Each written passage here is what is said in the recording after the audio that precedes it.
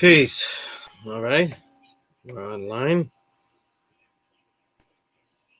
I thought it was not going to remain exclusively online, but here I am exclusively online again. All right.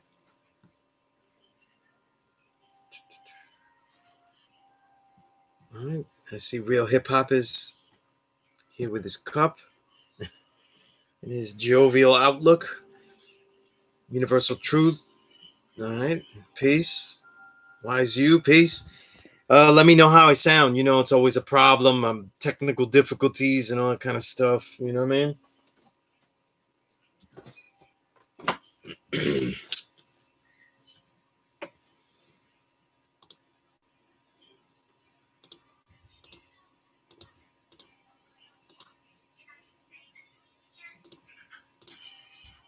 All right, let me know how everything sounds, and then I can, start to give a little itinerary and things and all of that stuff. Sound is good? All right, about time, right? All right. Yeah, so there was some technical difficulties at the school, so I didn't want to go to the school. I with this pandemic, I don't want anything wrong with the way the building is working. I don't want us to have any kind of problems and stuff like that. That way, when you come into the school, you feel safe and you feel, more equipped, ready to learn. You know what I'm saying?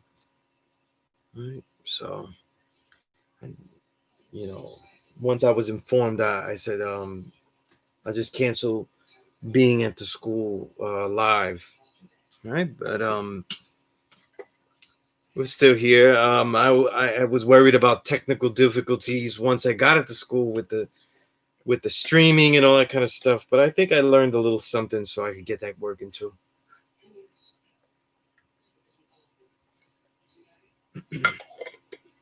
All right, 793rd. Thanks for letting me know. Wise you, Universal Truth, peace.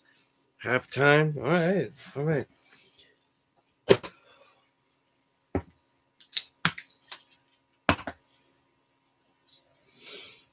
It doesn't have to be. It doesn't have to be on the weekend. It doesn't have to be Sunday. It doesn't have to be Friday. It doesn't have to be any particular day, right? But the way we use mathematics is also by seeing the repetition and the cycle of things.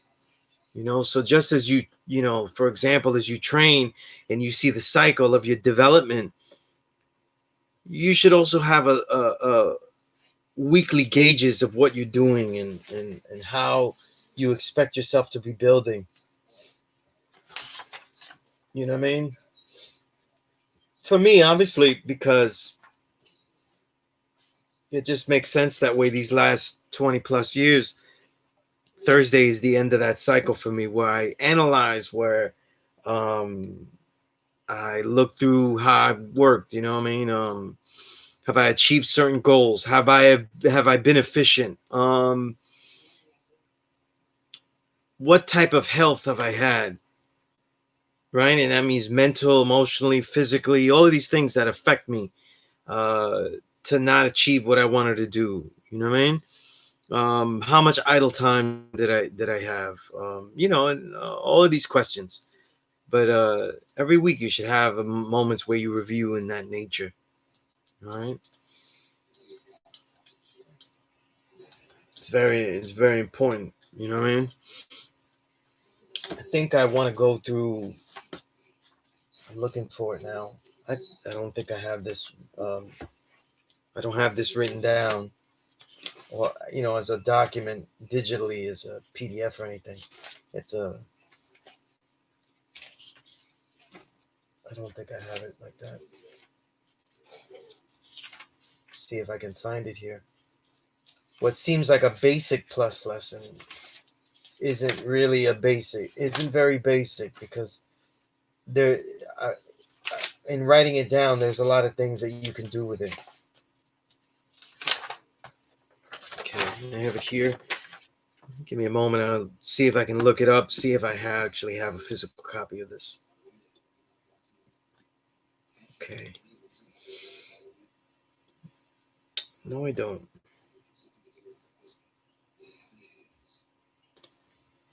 All right, so I can read it now.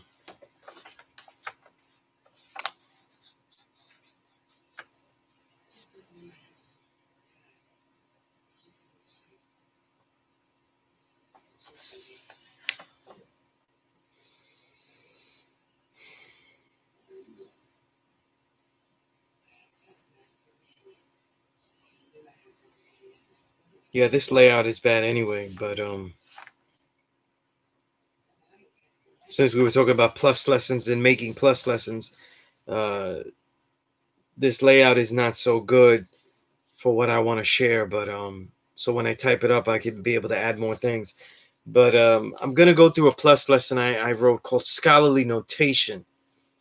Um, it's one thing to show insights and go through degrees and go through the proofs of things, and we'll go through some of those things. You know what I mean? I do want to go through some of those things only because um with everything that happened with I don't know, let me know if you're aware if this is a good reference point, but I did want to build about what Nick Cannon was saying, what he was doing, and just some vantage points, because I think that a lot of the builds that people have aren't really they're not catching all the points, and using it as a learning moment, a teaching moment or a learning moment.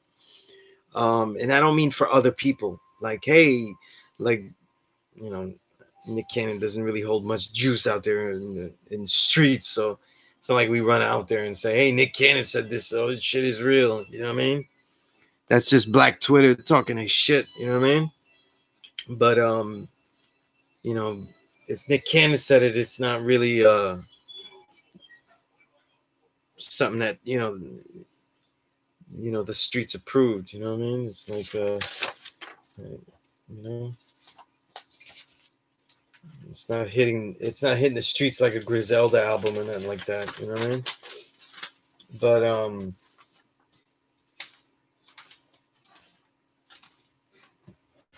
all right, everybody hears me good. I had a little glitch right now in the thing. I don't know. Let me know if I'm messing up here. All right, let's go to. If you have any questions, just let me know. You know what I'm saying? For those that are just tuning in, I'm not at the school. I'm at my own home. School has some technical difficulties that will not be fixed by the time I get there, and I just didn't. I want the entire school to be working and functioning at the basic level. Um, with this pandemic, this isn't the time to me to have students come in though with more issues to deal with though. I don't think that the student should have to adapt more. The student that arrives at the school shouldn't have to adapt even more than they already have to adapt to by going there and being 6 feet apart, social distancing, wearing a mask and all that. You know what I mean? So I'm not doing it from the school this week. Okay. But any questions, just ask me. Um,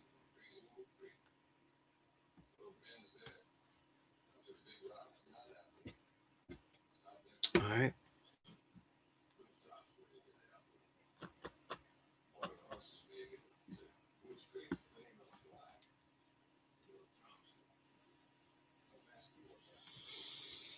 Well, we would hope, Real Hip Hop 216, that the well read would never say that they were well read. Okay. Jiddu Krishnamurti used to say that once you say that you are happy, you are no longer happy. Sometimes the same affliction happens, though, with the skill level of individuals. Okay. Your intelligence and your physical prowess don't always it's just not really for here in the classroom, but for the outside world. Though, don't always share the levels you think you're at. You know what I mean? But all right, peace, Musadik. Okay, what after the 1 to 36 should you go through as a student in your opinion? Well, it's not opinion.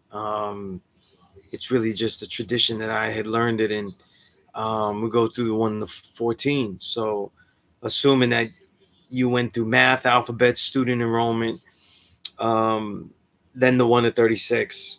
You know what I mean? All right. Peace, Mr. G1. Right. Yazid, yes, Yazid, I got your email. Actually did my assignment. Made sure that he was over 1,000 words, about 1,300 actually. And I learned a lot. You know what I mean? I love those. I love the essays on how you build and how you see your name. I love reading those. I love learning what inspired you, um, your mentality, all these things. And there's so much more that you could add, obviously, but and it's a living document, and that's why I see that as your first plus lesson, whether you release it to the world as a document or you hold it. There will always be moments where you teach, and the meaning and the depth and the intent and the reality of your name is always something that that you have that you always have to be able to build on, and you'll always be adding on to it though if you really if you're on point and doing your thing. All right. Yeah, so any questions, ask me. You online students got me exclusively for this session. Really would be another session because last week students didn't really know I was at the school, so they didn't really show up. You know what I mean? Yeah, no, easy. I had some opening immediate thoughts about the essay, so I sent you an email on it. You know what I mean? Um, but definitely job well done, well done. You know what I mean?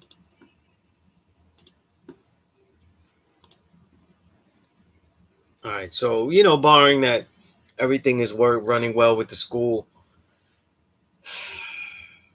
as it should be, then I guess I will be back at the school next week, and then be going through the typical, uh, you know, regularly as I always do, but with the typical added um, COVID-19 protocols, right?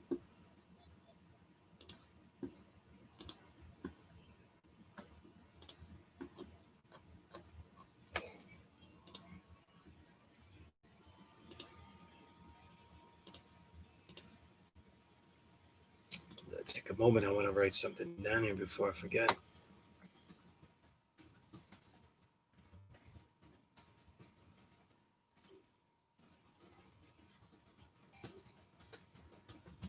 All right.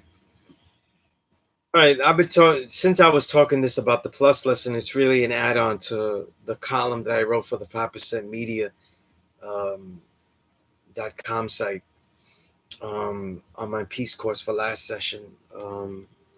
I called it my first plus lesson. You know what I mean? And what's interesting about it though is that really the plus lesson that I had in mind, like my first plus lesson, was really wasn't really like something that I wrote as an actual build, you know. Um, but it was the first recognition of a particular understanding that I thought was unique to me. I had never heard it from anyone. Okay, it doesn't mean that, and it certainly doesn't mean because I've seen it other built elsewhere in this manner. But it was something that I had come up to, and I had realized through trial and error of life, and my own is see here, these words written in the chat, trials and tribulations, and it was about the ideas of contradiction and hypocrisy. So I actually did write a plus lesson about that. You know what I mean? Probably my first plus lessons are really the lessons that I've written for this class. You know what I mean? There might be others. So.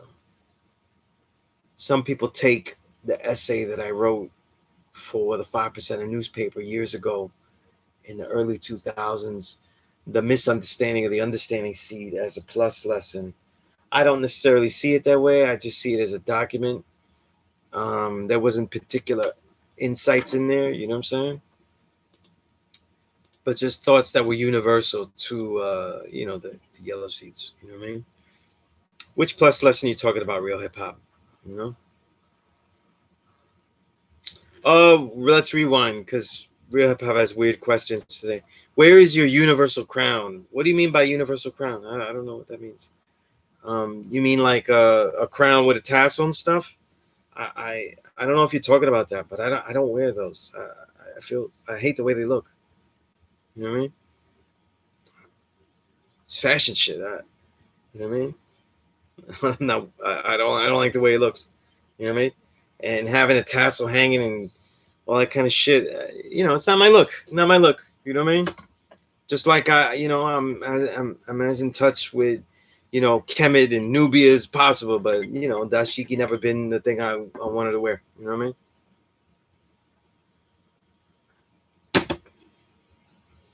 Yeah, but universal crown, if that's what you're talking about, because that's what I know to be a universal crown. You know what I mean? Let me know if I got the question, if I got your question correct, though. Okay.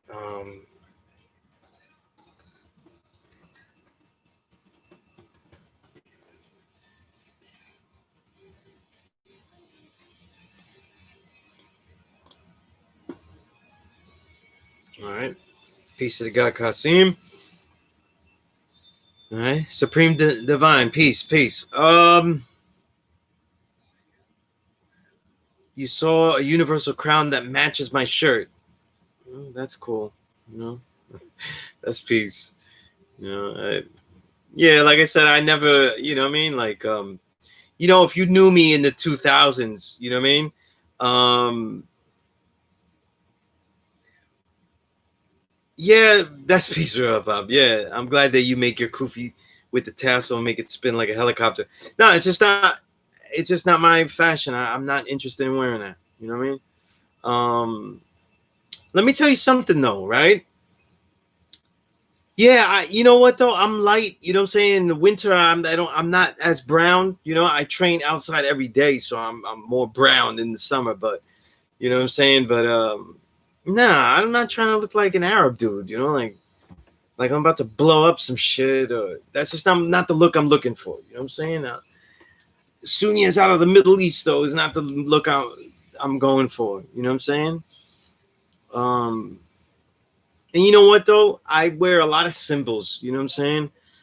I wear a lot of things. I wear mala beads and everything is functional. You know what I'm saying? Mala beads is not really because I'm doing the Buddhist prayers or any of the doctrines that I memorized from the ancient Taoist books or the Buddhist books like the Dhammapada and stuff, which I love. I'm wearing them because they're good fight utensils. You know what I'm saying? And they look good. You know what I mean? They add on. If we train in the martial arts, I'll show you what that means. But I wear the universal flag, and if I had thought about not wearing the universal flag, it would be a moot point. You know what I'm saying? I've been teaching so much at the school and stuff. The days I'd forget it, people already knew who I was. I was like, you know what? I just, I always wear the emblem. I always represent it. You know what I mean? The truth is that the actual cultural clothing I used to always wear um, from the East actually used to be um, I'm forgetting what they're called though. It just I remember.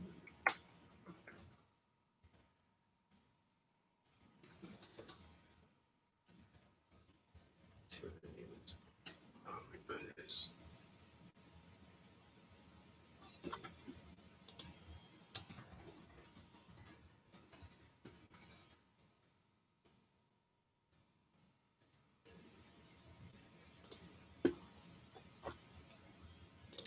Yeah, I'm totally losing it. But I used to wear a lot of kung fu shirts, you know what I'm saying?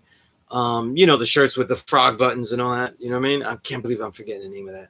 But in the 2000s, I didn't give a damn about fashion. I just wore kung fu clothing and kung fu frog button shirts.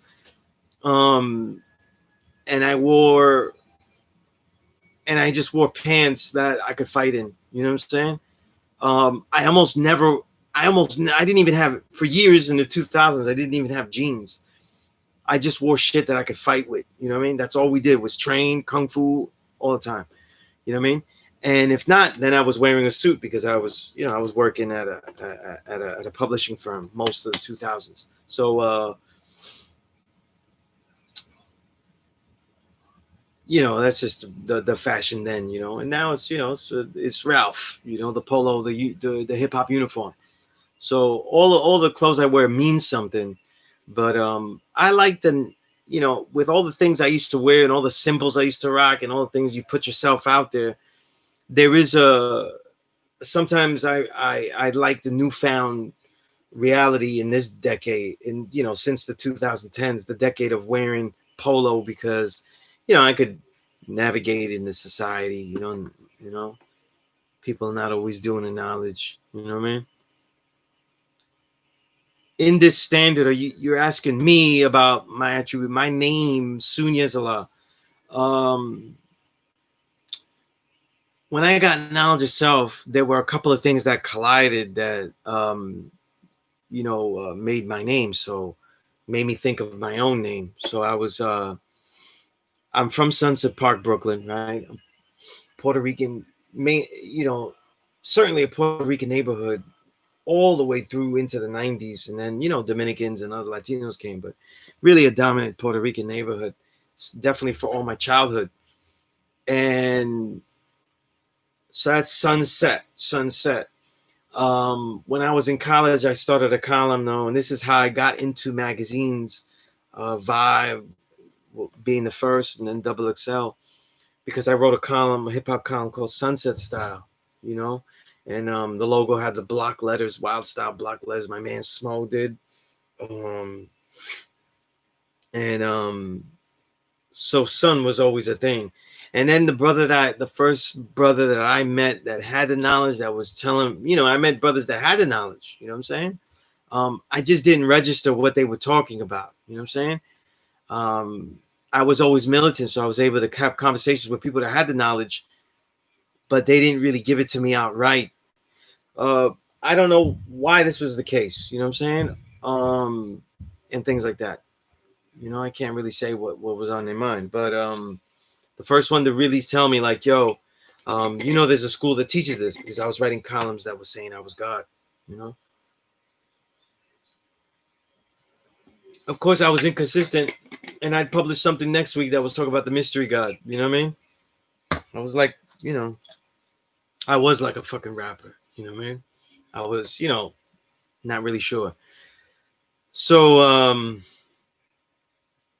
the God that I first met, obviously, for many that know, in this video from interview I did with the God Infinite, you know, aka Inf Mega, who does a lot of school in Mecca, YouTube channel, and was Day Son Allah.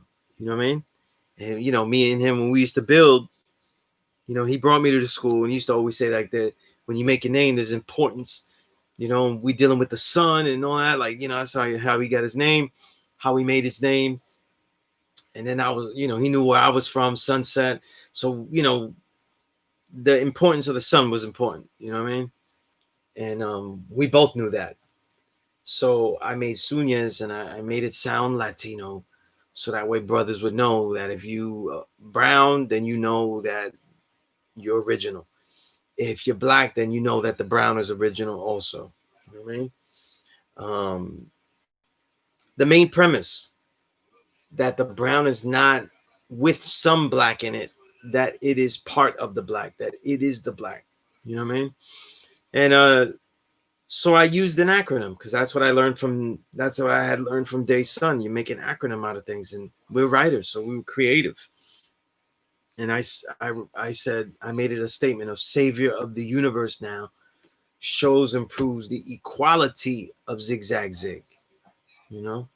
And zigzag zig is knowledge, wisdom, understanding, you know what I mean?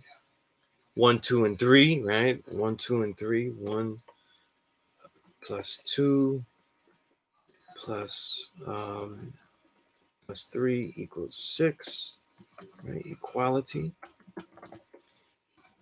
right?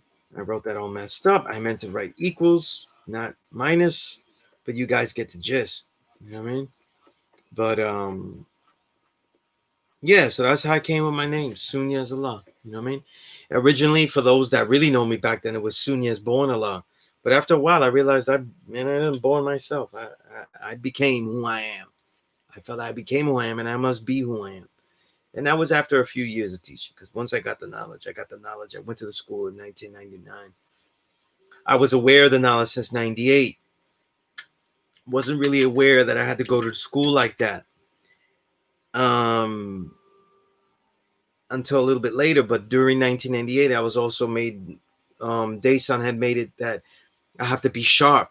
So I spent the entire 1998 reading every single book by Elijah Muhammad that I could find, reading black books, reading history books. I read African Origin of Civilization, Message to Black Man, a couple of other books like Fall of America and others, How to Eat to Live. I read Afrocentricity. I was reading everything.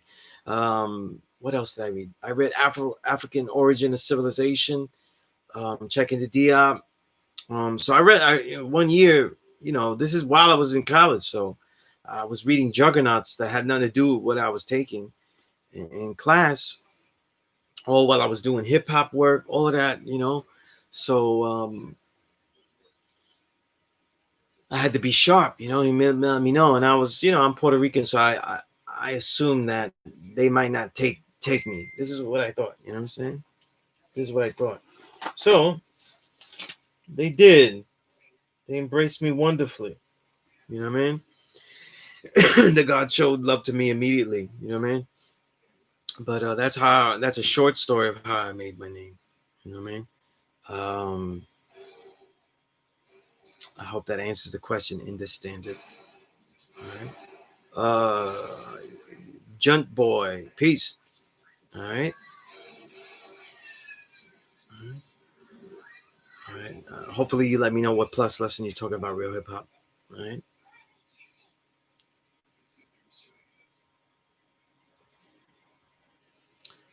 So real hip hop. You do admit I would look like an Arab, though. Yeah. It is what it is. You know what I mean? Right. Right. Kasim out the gates TV. It's a low symbols. That's what we do. Right. All right. In the standard, you said peace. How did you come up with your name? Okay, I answered that. What if the name you have, or was given doesn't match who you are now? Do you add?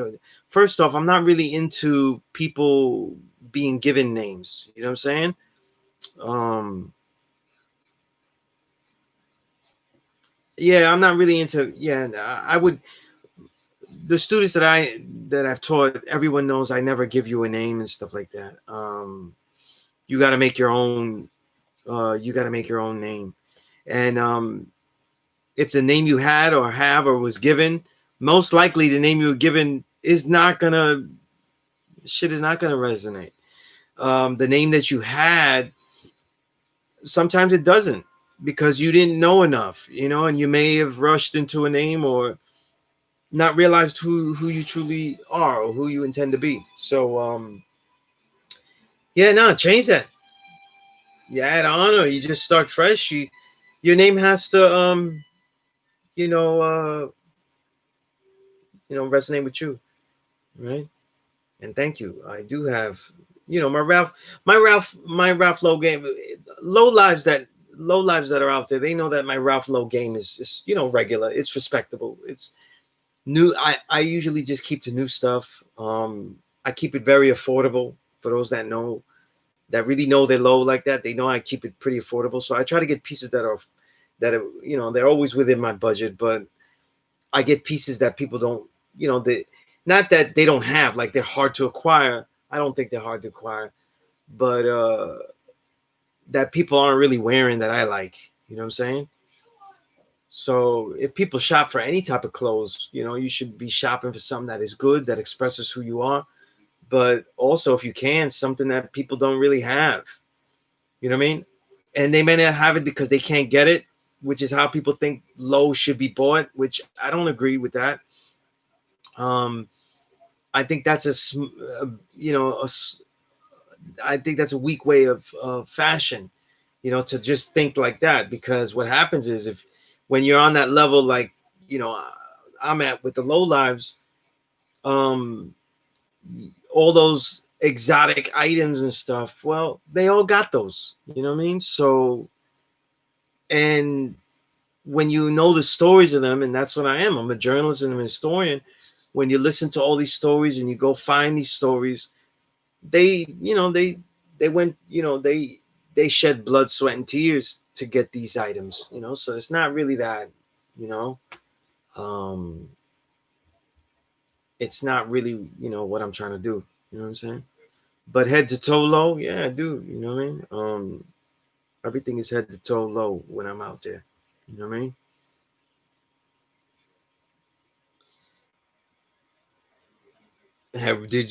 Did you rock the kung fu shoes? Hey, this is something for training for brothers out there. I never liked kung fu shoes. They're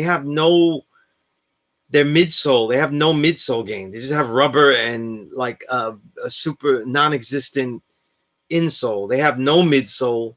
They have no cushion. Um, I like because I do martial arts. I do like a flat sole, but I like a lot of cushion and extreme flexibility. Because there is nothing in these kung fu shoes, they do have flexibility, but they have no impact. And I'm doing whole full training. I'm doing all types of things. And you know, like especially for my feet and everything, I hate to have no cushion. I also because I do a lot of sprinting and jump rope in my training, I think any good shoe with the weightlifting I do, um, which is heavy, but it's not like you know um, bodybuilder extreme. So you know, I lift, you know, I lift over my body weight, but um, any good shoe will get you through with that. But I don't like running shoes that you know that tilt the heel up because if I'm training and stuff, I don't like to be brought forward, you know, by my shoe. It kind of drags you forward. You know what I mean? They could be real comfortable for sprinting because it seems like it's pushing you, it's guiding you forward, which is true. And it does make a great sprint. It really does. But for training, no, I don't want anything to be pushing me. I want it complete flat. You know what I mean? Honestly, my favorite shoe right now that I've been wearing a lot though for training is the Nike Flex Experience RN9. You know this Flex Experience 9. A simple Nike shoe. It's not really that profound and stuff like that, but it's good for it's good for weight training. You could definitely do sprints with it. It's great for that. Um, and it's flexible, you know. And I tend to like Nike shoes because they're narrow, you know what I mean? And it just it just hugs your foot better, so it's better for like kicks and motion with the leg and stuff, you know what I mean? But I don't like the kung fu shoes. Actually, one time I actually did a flip. Um, this is when I was starting. We used to wear these shoes. I was wearing, the typical kung fu shoes you'd get down in Chinatown in New York, like Mulberry Street and stuff. And I did a flip, and I felt weird, but I finished the training session, and I didn't realize I had dislocated my toe. You know what I mean? And I put the thing back in myself, but it was um it was because the impact. It doesn't really take your impact, and it's hard to, for some reason, for me, it's hard to gauge where I'm at. You know what I mean? So yeah, I like a flat, flexible, really flexible, comfortable shoe. You know what I mean? So I'm usually looking for a running shoe, but that isn't doesn't have that extra high heel. You know what I'm saying? Right. But yeah, so if you do the martial arts and you're training and stuff like that, think about those when you think, because that's why sometimes running shoes, they don't advocate they make a separate training shoe. But so-called training shoes, for me, they come out too hard. They're too stiff, so they give you good grip if you're lifting and you're doing squats and you're doing jump squats or things like that, but they're too hard. You know what I mean? So yeah, that's just been my experience. So I usually try to just get a running shoe that is flat and extremely flexible and have more than one. I'm usually training with, I like to train with at least two shoes that can flip flop, you know? Well, yeah, pimp suits and universal crowns, that'll get you there. Yeah, that's like, sounds like you're living out a Rock Marciano lyric right there. Look presentable and study the lessons. Listen, the way that you look and the way that you present yourself is half the story. I've taught many people outside. The way that you look, learn how to dress in a way that shows your nature. When you can do that, then you've come farther in dressing. Obviously, that doesn't always fit for everybody because sometimes their nature is crazy and then they're dressing crazy and that fits them. But what I'm saying is this, like, if you're saying you're the true and living God and that you're a leader out there and everything, then you should have a wardrobe that expresses that. You know what I mean? Right.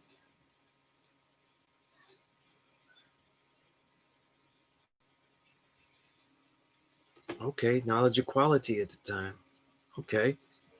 So in this, all students that I build with, though, I always have them email me. There's a lot of digital stuff that comes with this class, a curriculum, book list, lots access to a large digital library because I keep throwing books at you. Right. So definitely email me and let me know your history and things like that. You know what I mean? Because I was 20 years ago, you're now in your late 30s and stuff. If you didn't get this knowledge then, you definitely should be getting it now. You know what I'm saying? We do certain things to get that. Wise you, just don't add wisdom, moon, equality, queen of earth to your name. If you, yeah, you got, yeah, and if you can, some brothers did have it, and some brothers are righteous and they build, but if you don't, if it truly isn't gonna mess it up, Q shouldn't be in your name. You know what I'm saying? Things like that. You know what I mean? Sometimes it is because that's just the way it's spelled or whatever like that, but not the move, not the move. Nike 720s though. Yeah, I don't know my Nikes like that. I study like shoes before I buy them and stuff like that. But yeah, like for training, like the 720s are out of my price range for like training because the way I'm training, I do want them to be durable, but I don't want to beat up a near $200 shoe. You know what I'm saying? Or $150 shoe. The shoes I mentioned, they're like, the most. I got them. I got two of them, so I got one for 60, and then I bought another one for like 45. You know what I mean? So I'm not,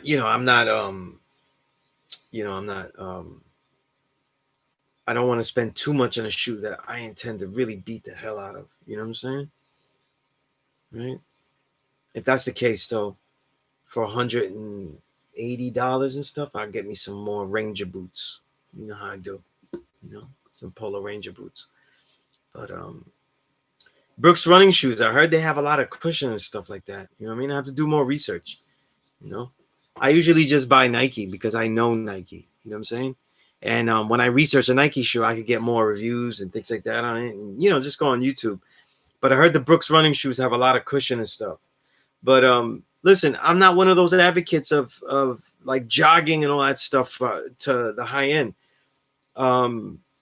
That's how you lose all your muscle mass and everything. So you'll lose weight, but you lose muscle mass, and that's weak. You don't want to do that. My training consists. I'm in Staten Island, so I go to Fort Wadsworth and I train. So I have to go over there. So I jog I jog over there and back. But that's the only reason that I would even jog. You know what I'm saying? Just to get somewhere. You know what I mean? But all that jogging for like 3 hours and shit like that.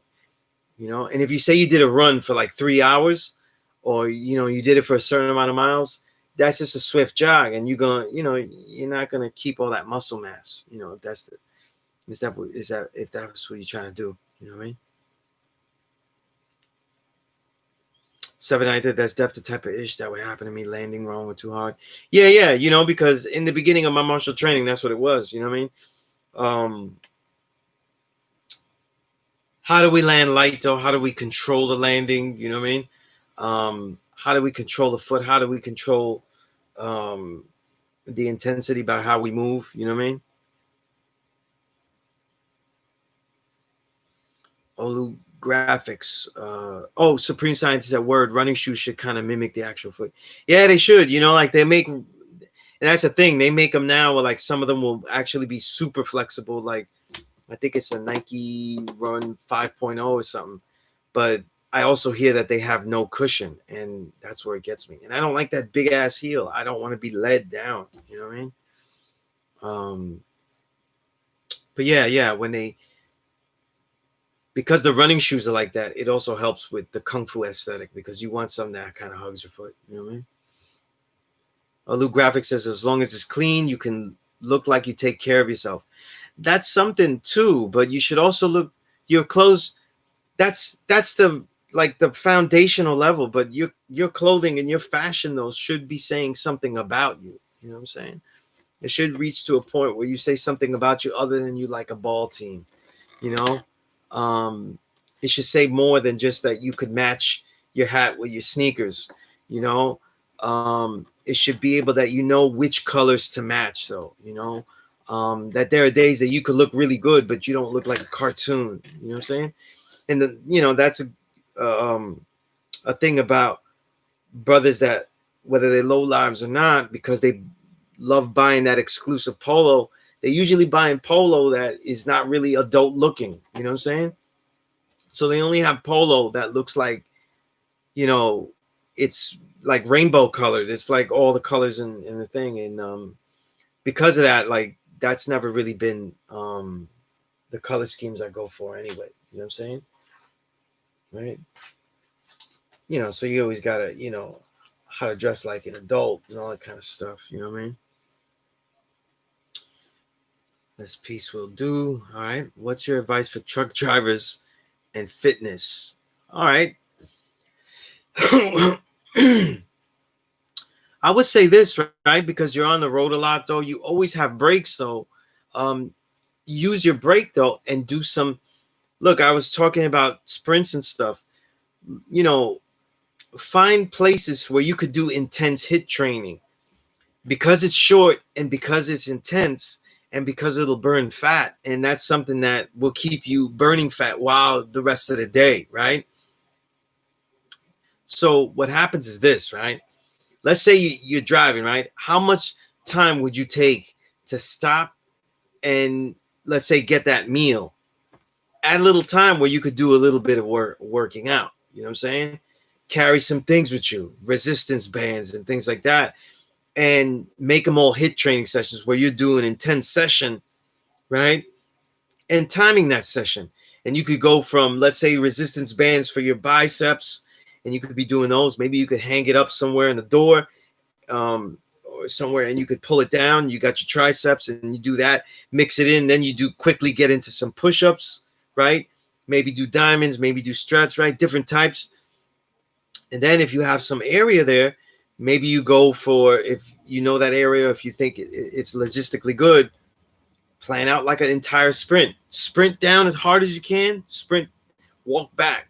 You know what I mean? Sprint as hard as you can, do about 5 of those, and then you have a whole hit training session. So you do the calisthenics first, and then you do the hit. How much time that would take you? You literally could do that in the span of, like, let's say if you did the hit, you did the sprints only, that could take you 10 minutes to do 5 and 10 sprints.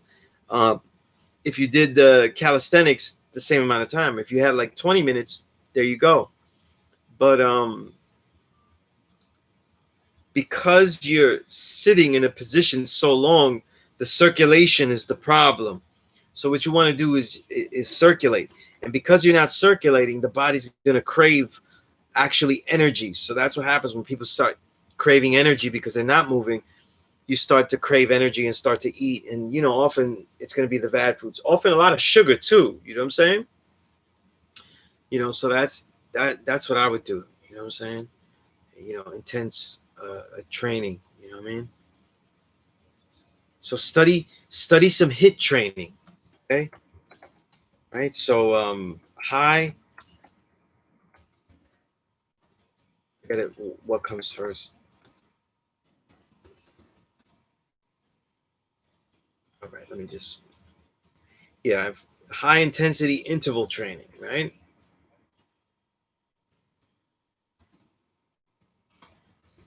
Study different routines you could do with that. You know what I mean? And it'll get the blood flowing, start burning fat though. And if you do it really well on the calisthenics tip, you you could really gain muscle and absolutely burn fat. You know what I mean? But you got to get the blood moving, and you might not want to do, like, let's say what I said, like 20 minutes where you do the sprints, or where you do the calisthenics and then the sprints, and that might burn you out for like hours. But let's say if you got rest stops, you can gauge them, and you could do little hit training sessions throughout that long trip. And the reason for that is because it keep you lively, but because it also will liven you up because you're staying in one place so long and driving for such long hours, though. You know what I mean? And you could break up a really good, really good training in a long period of time like that.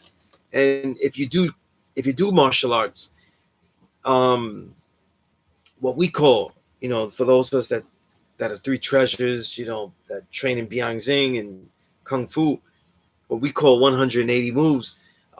Go out there and do hit training in your shadow boxing. You know what I mean? Do all your moves continuously in a flow, visualizing all of these multiple opponents, and do that as intensely as you can for as long as you can. You know what I mean? About 3 minutes of that, as intense as possible, is going to be a great session. So, there's always an out. One thing in all training is that whatever changes for you in your schedule and your reality, you never give up. Never give up with everything. If you're a writer and you can't write, never give up on thinking of when you can write. If you train and you have to, we're all the true and living. I'm teaching all you. I don't want any of you guys and girls to be, none of yous should be out of shape. And if you are so out of shape that you don't even know how to start, then that's where you're starting, to realizing that you don't know how to start, right? But you're not going to learn this knowledge of self that now puts you with knowing something in a society that is contradictory to it, and you're not even building up your warrior mentality because now you've been placed there. This knowledge of self in this day and time places you in a warrior protocol of life. So you cannot give up. Okay.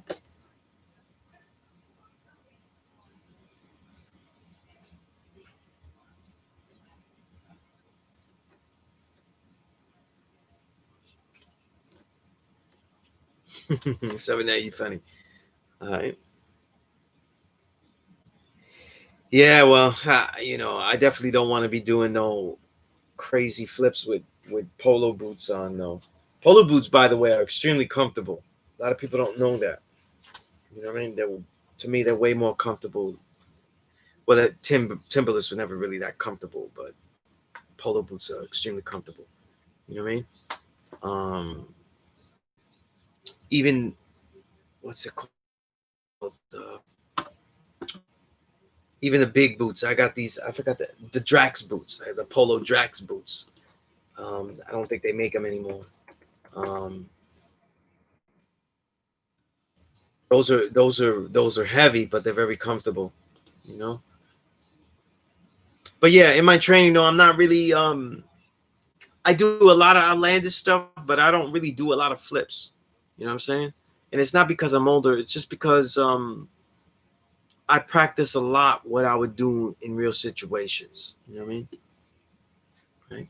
Where hip hop, your dojo is a strip club, and you know what though? if your dojo is the strip club, those are some of the toughest fighters out there. You know what I mean? They rob the wallets quicker than anything. I hear. Right? Let's see. See if I missed anything. All right. It's good comments here, man. I appreciate y'all. 793 said like a 30, 40-minute workout focusing on core, push-ups, squats. Right, right. You know, and I'm thinking like, I didn't say push. I didn't say like, you know, core and everything like that. Because sometimes it's hard to work out core if, you know, you're outside and, you know, just because you're a truck driver doesn't mean that he wants to, you know, just assume that he wants to get dirty and everything. You know what I'm saying? But assume that he's willing to get sweaty and say F it. You know, this is what I'm wearing. And if there's no dress code or anything like that and it doesn't matter, then, you know, go get yours. You know what I'm saying?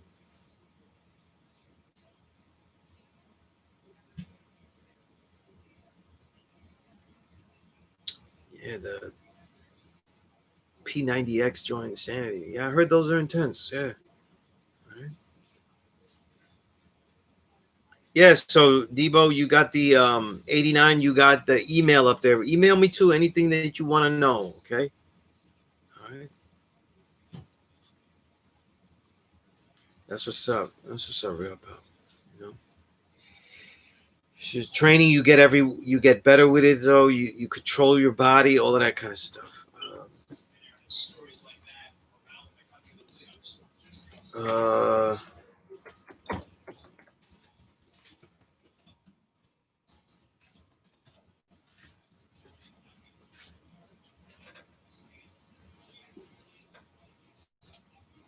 my thoughts on I don't know. I never knew the pronunciation of it. Sunez martial arts. Um, I really don't have much of an opinion. All of the Chinese martial arts I study are Chinese based. You know what I'm saying? Chinese rooted. You know what I mean? Even though technically Japanese martial arts are Chinese rooted. Um, yeah, so I don't have no real opinion on it. You know what I'm saying? Um, if I could say an opinion, though, I would say that the major difference, you know, since we're on that topic, between Chinese kung fu and when I say kung fu, I'm branching all the Chinese martial arts, which would include Wing Chun, the animal styles, all of that, right? Which is all that I study. Um, and the Japanese martial arts is really the intentions behind it, though. Sometimes it includes that. It doesn't include the Japanese doesn't include the breath work, the qigong, but it could. Um, the but I would say that the difference is in the mentality, the aggressiveness, the hyper aggressiveness that's often in the Japanese martial arts isn't really the mentality of the Chinese martial arts. You know what I'm saying? So that's a that's a big difference. You know what I'm saying? If I had to describe it as like a way of looking at things, though, and for those that do martial arts, you get this. Um, Japanese martial arts is often linear, whereas Chinese martial arts are very circular. Of course, that doesn't include all Japanese martial arts because to me, uh, Aikido is very circular. Obviously, you know what I mean. Circular in nature, and that the mentality is always to deflect, absorb what is given, and then repel. You know what I'm saying? With the hint of mercy, whereas the straight aggression, straightforward. You know what I mean? So imagine, even with the beauty of, let's say, a lot of, I'm trying to think of the name. Let me get the name.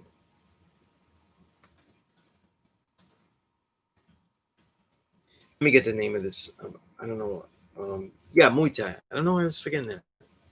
Um, Muay Thai, if you look, it's very linear. Now, deeper into the study of it, though, you see there's a lot of circular nature of it. But what I mean, even still linear here, is that it's always made to be the aggressor and the attacker of everything. So even the blocks are attacking. That's not really the case with Chinese kung fu. You know what I mean? So let's say, like in Tony Jaa, because I give you visual, in Ong Bak, they throw a fridge at him. He bangs the fridge with the elbow. If you throw me a fridge, mind you, I'm not at the level of Tony Jaa, but studying Chinese Kung Fu, I would never hit the fridge anyway. I would roll off of it. You know what I'm saying? So, so that's more important though. So, right.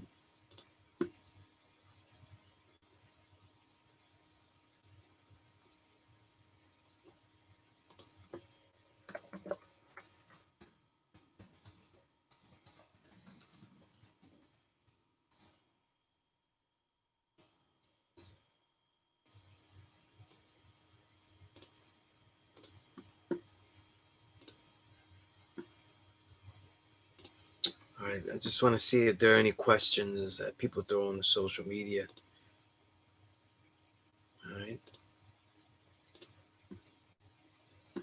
I don't know if he's logged on here or knows, but peace to the God, Rafi Reese, one of the dopest MCs out there.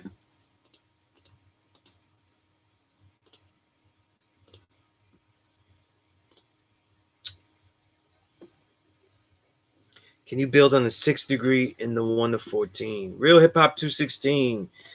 Question for you. Why that degree? And the reason I'm asking is that you should always know why. I want to know why that degree is stumping you. All right? Because this is part of, doing, it's important to learn why you don't know, why you think you don't know something, why you need elaboration on things. You know what I'm saying? That helps all the time. All right. Now, as I get that answer from him, let me get to the next question. Right. And it's definitely a degree that, even though it, those who are on the 1 to 14, it's definitely a degree that we could build on. You know what I'm saying? Right. But I am curious, why is it because it's stumping you? Is there something that is awkward about it? And there are awkward things about it, by the way. The last sentence is awkward.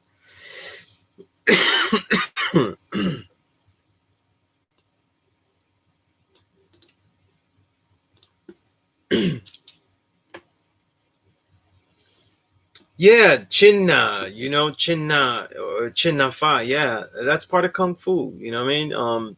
It's really the details, the details of the animal styles. You know, really what the mantis, was getting at, and what the snake gets to. So the snake's objective is to get to the point of the Chinna, and then the grab, the slight grab, the slight hold, the moving, and the letting go. The eagle claw grip. You know what I'm saying? Yeah, you know what I mean? It's powerful. It's powerful. You know what I mean? Right? It's definitely stuff to study. You know what I mean? But this is stuff that you want to learn, including with whoever it is that is your teacher. You know what I mean? This is not stuff that, when you see books about this stuff, you know what I mean? They're useful to the person that's already studied with it and has already been literally chin nod. Like, you need to be in sparring sessions or practice sessions with your sigung, your sifu, that is teaching you how to use these things and when to use these things. Because chin nod is something that you could really put yourself in a hole, because it's the art of seizing and grappling. You know what I mean? So you're grabbing things, you're pulling things, and what happens is, like, let's say I'm a shorter man fighting, so you have to know that no matter how strong I might be, you never use your strength. You know what I mean? So I'm always aware that I'm deflecting. You know what I mean? And aware that you might be relying too much on your strength. And there's always something to remember. Okay.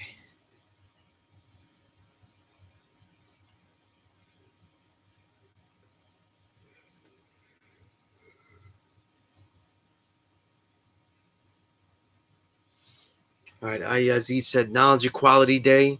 Indeed, indeed. All being born to God.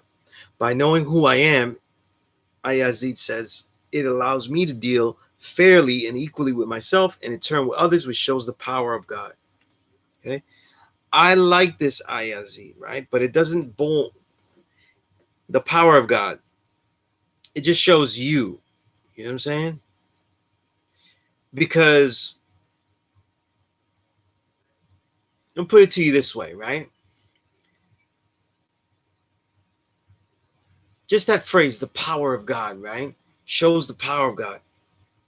God always has power, always. So when God's power is shown, you're it's other people realizing it though. It's not being it's not being fulfilled. It's not being found. It's already there. You see, so when you look at the idea of God in the supreme mathematics, we're reaching a point of realization. That's why I call it a, a, a rejuvenation of reaffirmation. You know, you're realizing things again, you know, and nothing you said was really wrong here. Knowing who I am allows me to deal fairly and equally with myself, in turn with others, which shows the power of God. It doesn't show the power of God. It's just the phrasing here is a little out of body. You know what I mean? The phrasing here, when you build on the God day, this is something for me that I see. I always think that you should build anytime God is in mathematics, the 7th, 17th, 27th, practice building on it as if that degree, that particular 7, whether it's in the 27th, the 17th, or the 7th, of course, the 7th day, right? Excuse me, the 17th, the 16th, right? Because it borns, right? The 27th, or even the 25th. So you have more days. Anytime that God number shows up, is what I'm trying to say, right? Um, and that's going to be even more days than I just said. Is it more days than I said?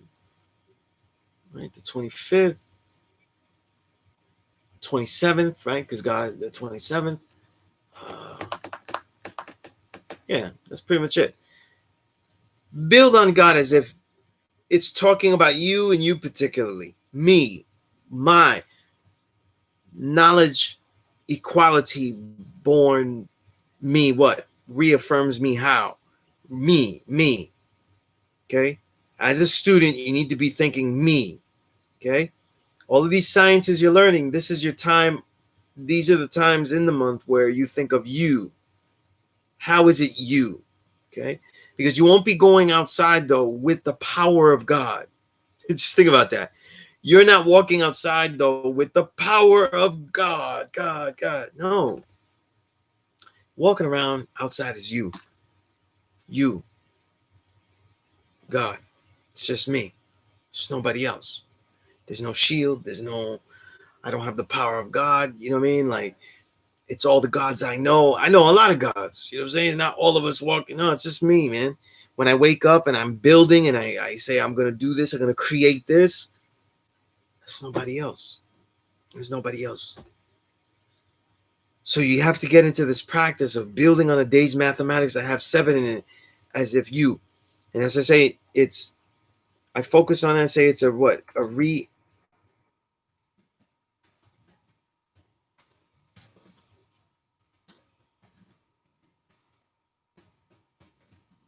I'm just having trouble typing this. Okay. This is how I define it in my Supreme Mathematics Build Plus lesson, right? See that? You have come to the point where you have rejuvenated yourself. You have come to rejuvenate your reality through what? Through simple reaffirmation. I, who always was here, am here still. I, who always was here, is still here by what I am, see, do, build, create. And so I still always will be. Right? Real simple. But you have to practice how to build on that. And these are the days to practice that. Mm-hmm.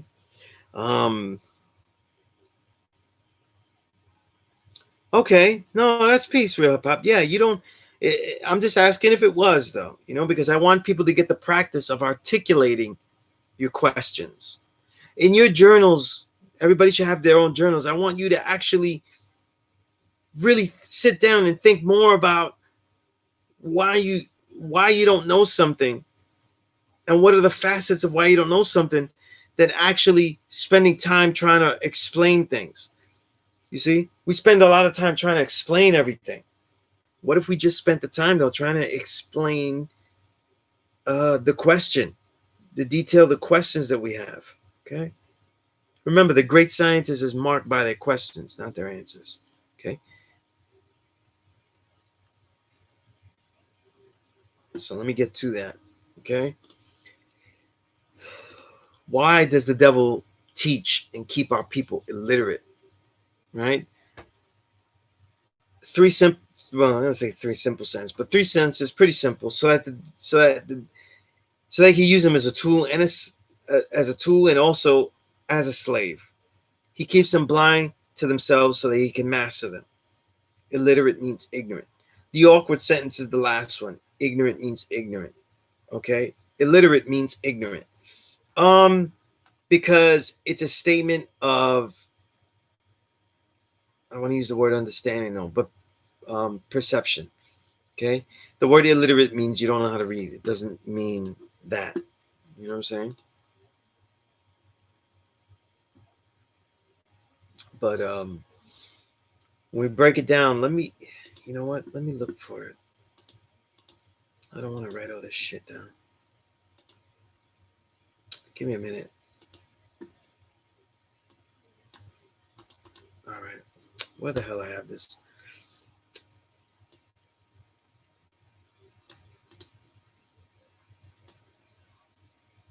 Since not everybody's on it though, I just want to, write it down in there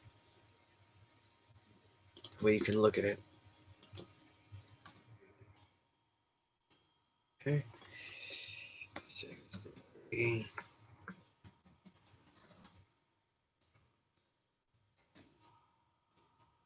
Okay.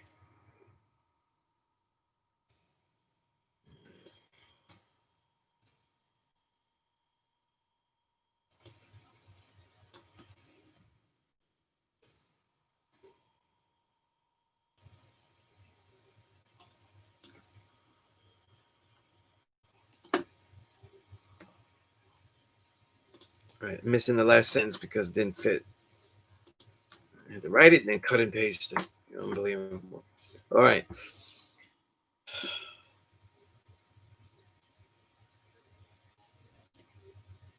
Teaching doesn't mean that you're learning things that are real. Teaching means instruction.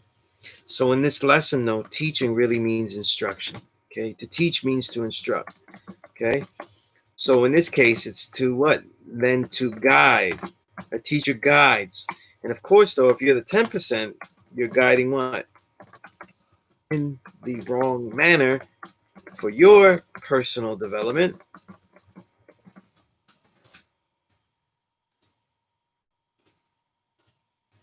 But in line with their exploitative goals. All right. Okay. Let's see if I missed anything here. Yeah. So, and obviously the reason is given there to use them as a tool and also as a slave, right? Um, I really love the degree using both. I think slave is something that is a bad word to use in there because we have visions of just like picking cotton and shit like that. You know what I mean? But it brings it on home much more powerfully when you say so they can use them as a tool. A lot of things in 120 though, the way they're written though, has an awkwardness to people, but they actually bring about more understanding. You know what I mean? And to use them as a tool means though that it's not just as all degrees, just like most of the 1 to 36 that we were talking about before, is not mental. It's not just, excuse me, it's not just physical, it's mental, right? So in this case, they'll use them as a tool and also a slave. He keeps them blind to themselves so that he could master them. So the blindness is what? Right? Ignorant to whatever will allow them to be, self-sufficient in the field that they're in. So he's using us as tools and slaves in the same fields that we could actually dominate in or be fulfilled with. Okay. And that's important to know either also. The last thing, illiterate means ignorant, right? It shows you there that there's a equating with education and literacy as well, not just the idea of being able to read, but being able to access information and being able to access information at will. That's how I always saw that degree. You know what I mean? As far as illiterate means ignorant. Those who can't really access information at will don't really have much to use. And that's the thing. In this day and time, though, we all really have that ability to access. There's just more clutter, so we just have to work a little harder. But the clutter is not that difficult, right? If you learn how to do everything, build your own algorithms, right? All right, let me go back. Okay. 793 saw a vid by this cat who's a pro martial artist for like 32 years, said work with JAA, and said he ends up hitting and kicking staff for real filming flicks. That sounds good. I mean, I don't know what thought I'm supposed to have about that. You know what I mean? I'll tell you, I never really, um, I never really got, I started martial art. I've been doing martial arts over about 20 years. Yeah, 20 years. But the same, because when I got knowledge, then I pretty much got into it right then. And I was already in my mid 20s, near mid 20s. So I never had that incredible flexibility and agility and athleticism that somebody that would be training when they was younger. But because I learned it with the gods, um, man, the mentality was never really like to ever be in like some flick or something like that. And because of my body type, my height, and everything like that, and then even the way my life's pursuit is, never something that I was just gonna throw out there as to always be shown everything. You know what I mean? But that sounds dope. You know what I mean? Sounds dope. You know, we do all types of things with this martial art. 793rd, you also said, knowing and reflecting on who I am, what I know, how I put it into motion through words and actions, always drawing up and bringing forth the best part, I'm able to know and see my power as God. Okay. I would say when you define that 793rd, my power is God, I would say change that word power to my reality is God. Why? Because power in this case, you're building on the supreme mathematics, and now you're adding a different supreme mathematic degree. Okay. So that actually adds to the confusion of just the way that we're talking. You know what I mean? So just notice that. Aesthetically, as far as like making a statement that is true, you didn't say anything untrue. But as far as a build on supreme math, you just muddled it with a new degree in there. So you don't want to do that. You know what I'm saying? You don't want to do that. You know? Okay.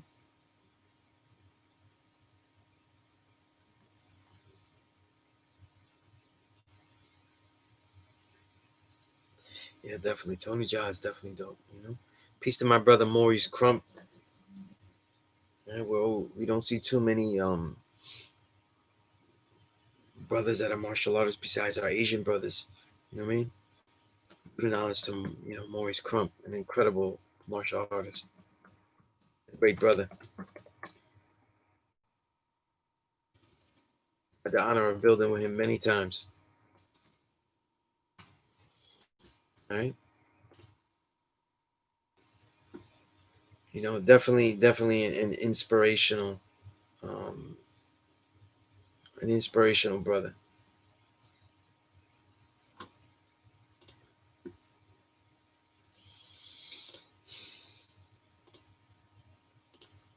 Let's see what I got here.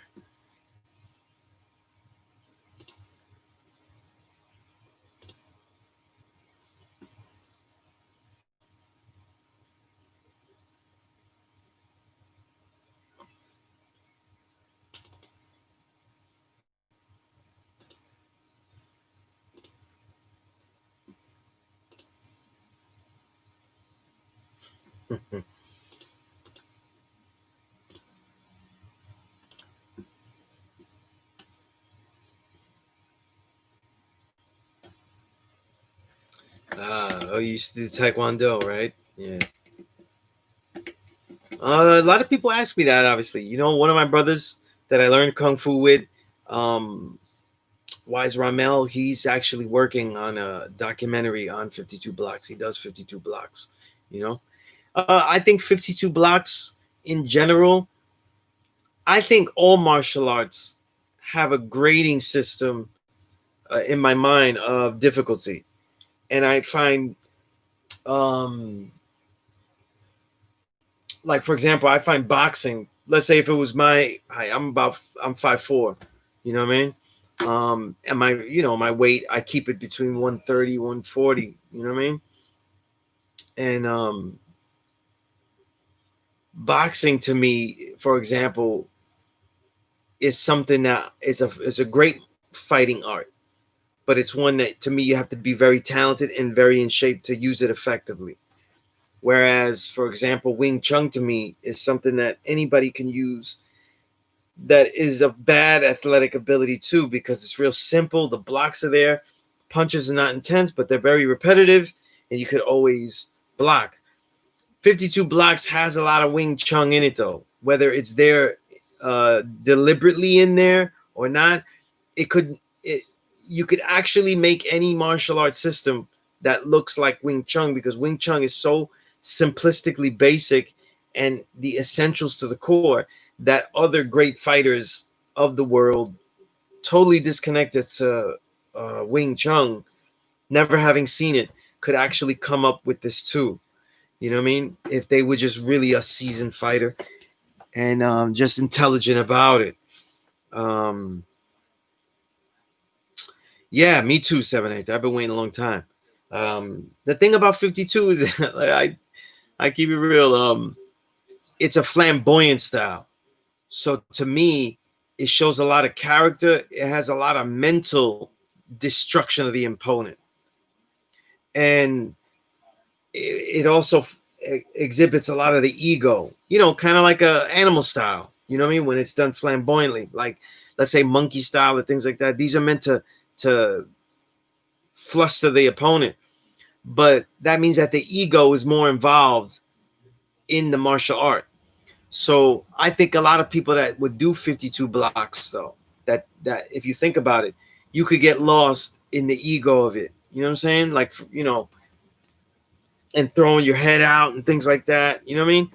And having lots of feints that could be dangerous. You know what I mean? You've got to be a really talented fighter. It's not for everybody. You know what I'm saying? It's not for everybody. You know? And if you got a glass jaw, and you might, you know what I mean? Like, we always have those things where, like, every fighter, if you have a glass jaw, you're weak. If you get hurt real quick,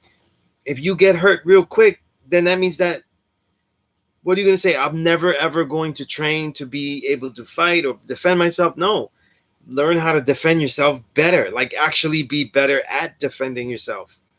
You know what I mean? Like, if you say, listen, I'm not good at taking a punch, then practice so you don't get punched.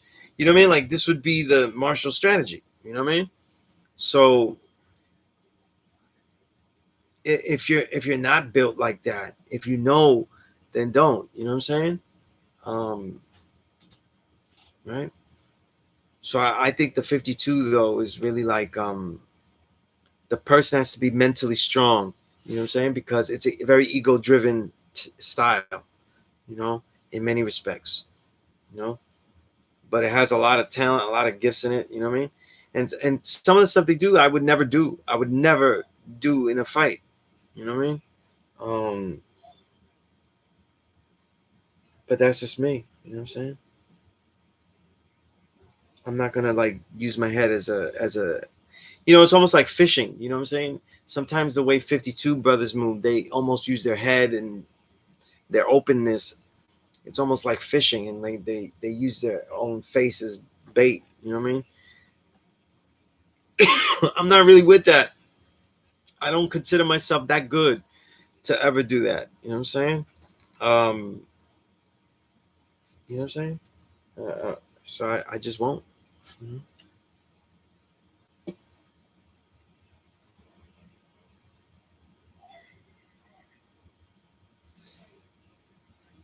I can see 52 capoeira here. Excuse me. I don't. Yeah, like like again, like for example, like capoeira is a good example. That if I would never actually zero people I would ever recommend capoeira for, because even if you were the most athletic and totally gifted in real fight situations, I wouldn't want you to expend your energy like that.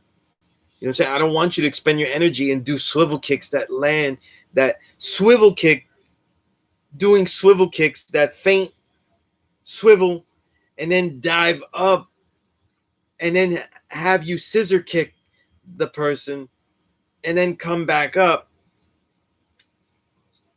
I wouldn't want you to use all that energy. You know what I'm saying? Because no matter what, you could be all the skill level you want, but a fight isn't about fighting just one person. You know what I'm saying? Those are the ones that they capture. But a fight may not be like that. And a fight, if you're really serious about things, you don't want that displayed. You want it to be short, you want it to go, and you want to defend yourself. And you also want to have brevity, also because your fight is going to be often protecting someone. It could be protecting someone that is not you only, you know? And that's where the Chinese martial arts win out a lot, because they have a system that, they're fighting in a cipher, so they usually protect themselves, almost like the monks at the temple. It's not war driven. They're not going into battle.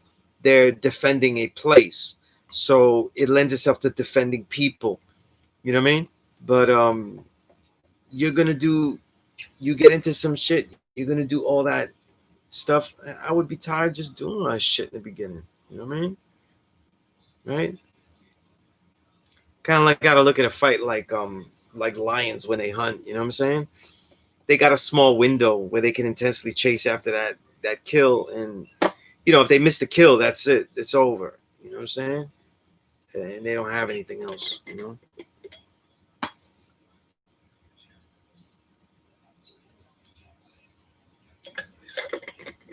Jiu-jitsu's tough. A lot of guys are tough. The holds, the grapples, all that. But I would pick Muay Thai because I not personally, because I know certain brothers and gods that do Muay Thai. But I don't favor like a more ground art over like something that keeps you up, because it's always about multiple men in fighting. You never get gifted by just fighting one person. You know what I'm saying? And what's swifter? What could get you out of there? What has quicker, quick brutality? Um, yeah. So in my thing, the Muay Thai resonates a little bit more. You know what I mean? Yeah. Yeah. Yeah. It's just real. It's just real thing. It looks beautiful though. It looks beautiful. And like we see movies, we see, like we talk about Tony Jaa. I think it was Tony Jaa, the second Ong Bak, or one of the Ong Baks. He fought like this brother. He got locks. He's brother. And he's an incredible capoeira fighter. I mean, this guy is amazing, and he'd beat anybody's ass up with the way he moves. But his athleticism is, like at a peak that very few humans reach. You know, so how could that be a fight style that the average person could deal with? You know what I'm saying? Like, right? I can't do that. You know what I'm saying? Like, and what's interesting too is that capoeira. I never asked the capoeira brothers, but like, let's say you're in the city or in your Grammy places, in small cluttered spaces though, the whole shit is ruined. So like you can't fight nobody on no subway car, nothing like that. Tight street. The ground, right? What happens when the ground is not suitable for those type of motions, right? Like the training in Wing Chun, I could fight someone though, even if I had a small footing on ice. You know what I'm saying? Um, you know what I'm saying? Or if I had let's say if it was snowy and I had a small place and I couldn't move without being slippery or just having more difficult footing, we could do that. You know what I'm saying? But we wouldn't be able to do that. You know what I'm saying? If you were doing capoeira, so a lot of these are they end up being more floral in nature. They look beautiful, but that shit's crazy. You know, in that Ong Bak movie with the capoeira fighter, they did fight with the ground all wet and everything like that. But that's movie shit. It's fucking movie shit. No matter what anybody says, you're gonna have a problem fighting barefoot. But in capoeira, you're also barehanded. You ain't got no Nikes on your hands. You don't have no Tims on your hands. So even if you got grips with your bare feet, because you're fighting people barefoot in the middle of the city, I don't know how this works. But even when you get on that hand and shit, come on, And I don't care how strong you are, though. If you're on your hands and stuff, and I know one of my kicks lands on someone's elbow while they're just holding all their weight on their arm, on their hands, on their one hand. I know I broke it. You know what I mean? So it's just crazy. But in the movies, though, some of these guys, their athleticism is ridiculous, though. You know what I'm saying? And maybe they could match up and fight this way effectively against anyone. I'm not trying to fight them, but that's not something for the average. You know what I mean? So if you're thinking of a martial art, you want to think of something also too, right? How do I train? What am I training the body though? Like Sunni's got us being warriors. We got to be athletic. We got to get in shape. And then we have to learn how to fight. You want to fight something that you want to learn to train someone that's practical, something that you can use. You know what I mean? Something that really will help you. And something that offers longevity. And that's something that a lot of the martial arts that are Japanese and that influence in different ways, they don't have longevity. You know what I'm saying? They don't have longevity in mind. You know?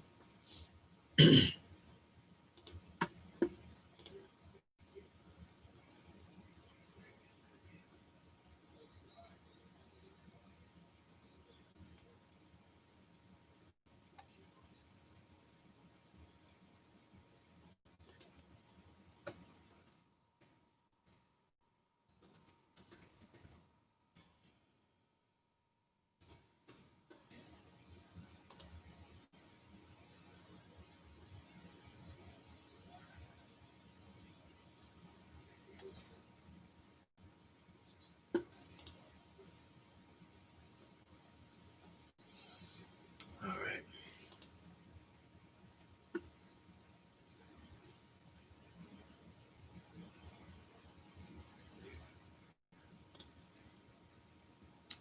All right, let's see.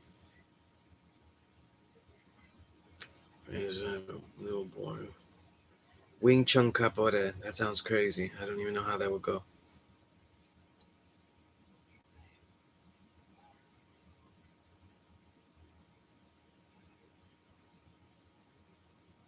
Yeah, some people are just really gifted athletically, so they can do different styles. You know what I'm saying? Like for example, right? Sometimes the more athletic style, though, also you kind of give away all your power too. A monkey style is very athletic, but because of its athleticism and its confusion it causes to the opponent, it doesn't have the power, let's say, of a Hungar style, like where you're rooted and really intense. You know what I'm saying?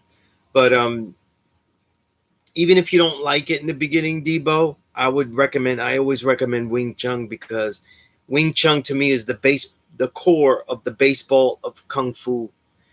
And if you get into other martial arts of Kung Fu, if you dive deeper into the animal styles of Kung Fu, do a particular style of Kung Fu from, any of them, whether they're Hung Gar or nothing, any of the northern styles, um, you would have a great foundation, you know?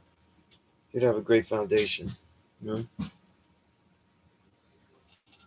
You also want to test out Kung Fu martial artists. If you go to a school and test them out, you want to test them out. And so, in other words, are they teaching a philosophy behind it, a mentality? Are their classes teaching me more than just rudimentary stuff? Um, are they, you know, are they teaching me longevity of the body, like not just how to get my body in shape, but also how to keep it healthy for a long period of time, especially with the Chinese martial arts. You know what I mean? There should be some introduction to Qi Kong and all these things on the side for people to really get into. You know what I mean? Right? That's P.E.A.C.E.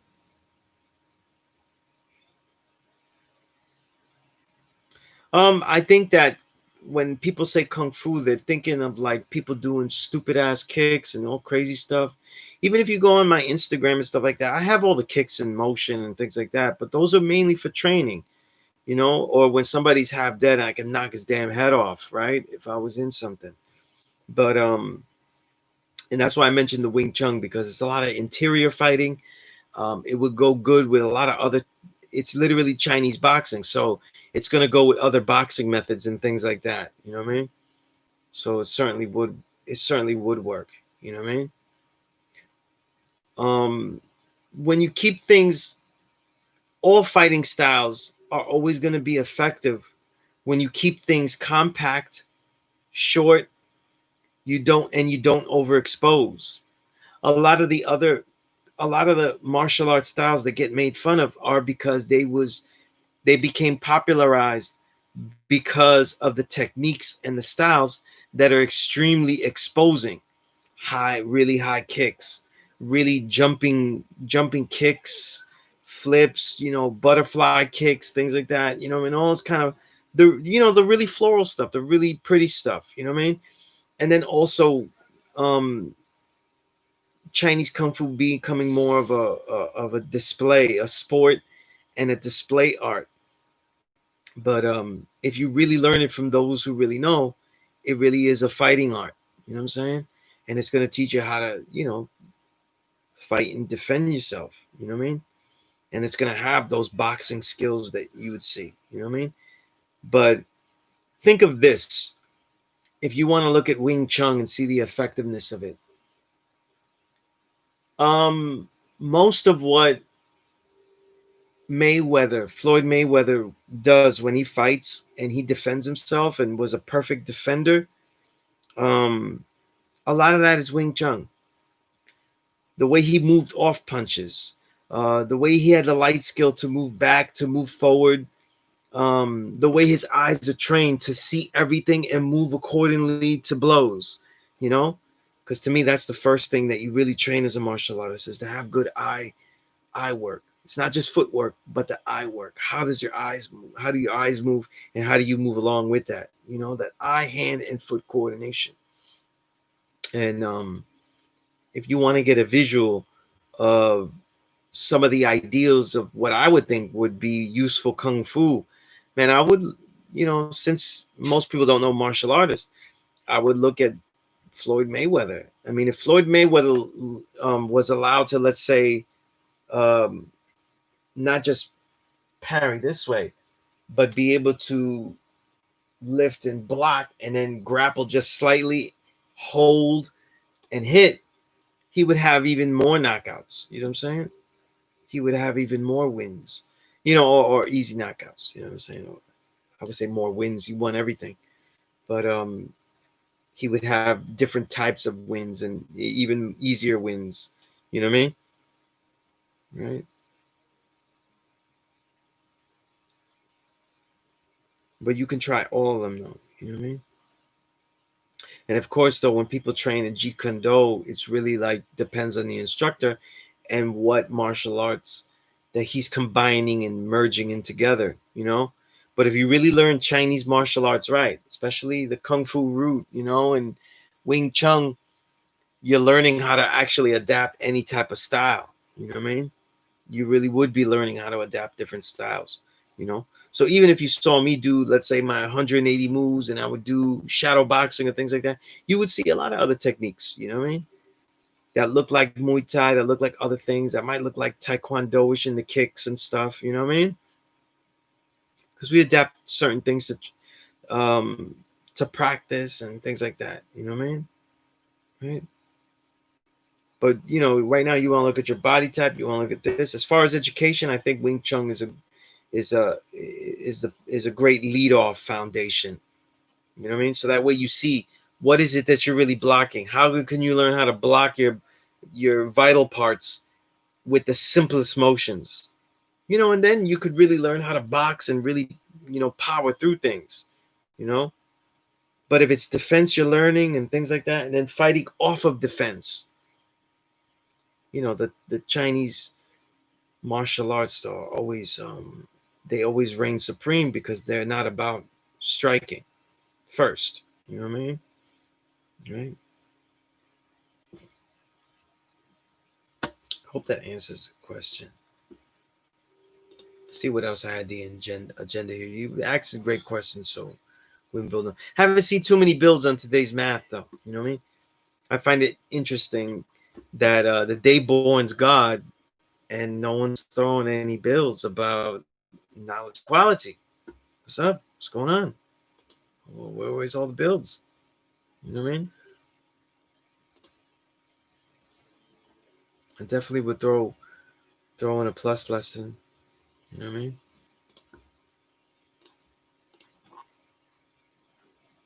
About scholarly notation, so we can see what we're really doing with the books that we're reading and things.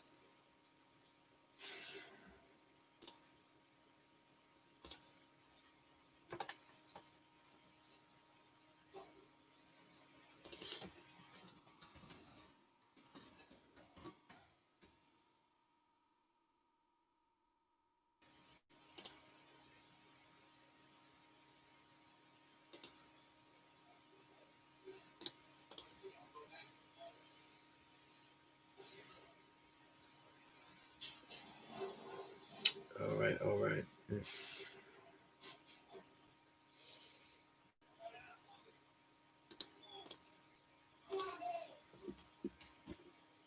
Let's see if I want to see a build. Come on, give me a build.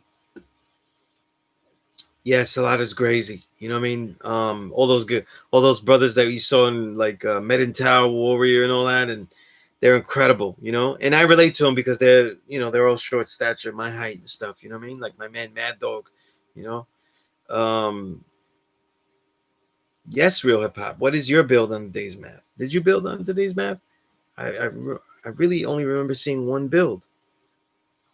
I think that was 793rd. I don't see anybody else build on it.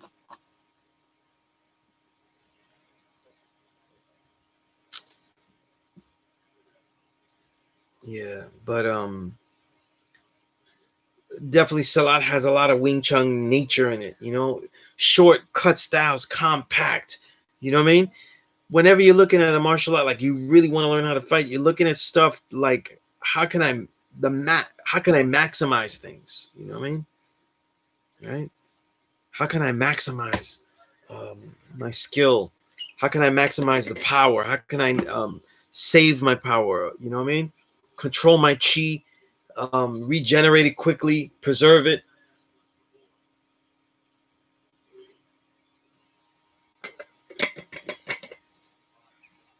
And even down the line, because these martial arts that you pick, how does it express my creativity?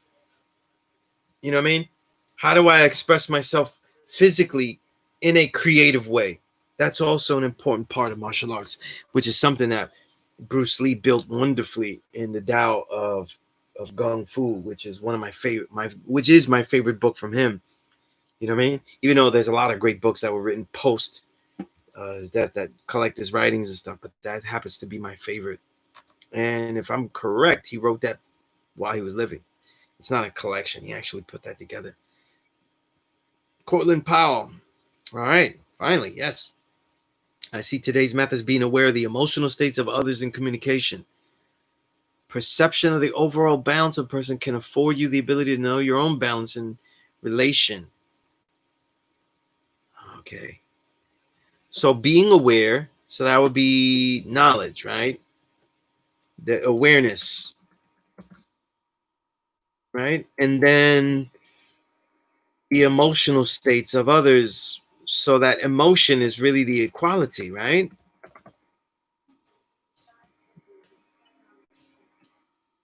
The equality is the emotional state, or are the emotional states. Right? Am I right? Am I right here? Because that's very interesting. Never heard that before. Hit me with a new one, Cortland.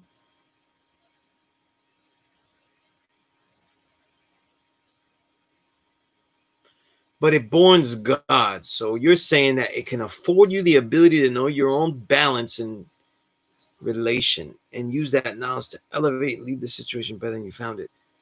How does that born God though? See, these statements are insightful. I don't know how they go. So you're taking okay, Cortland. You're taking the overall nature of a person, their equality.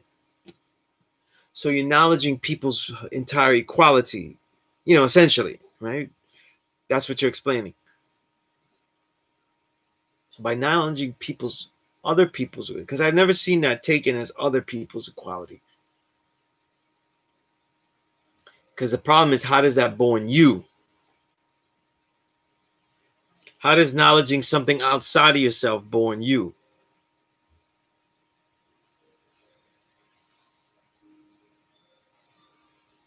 See, now when you take it to fighting, though, now you're on your Moriya Shibas here.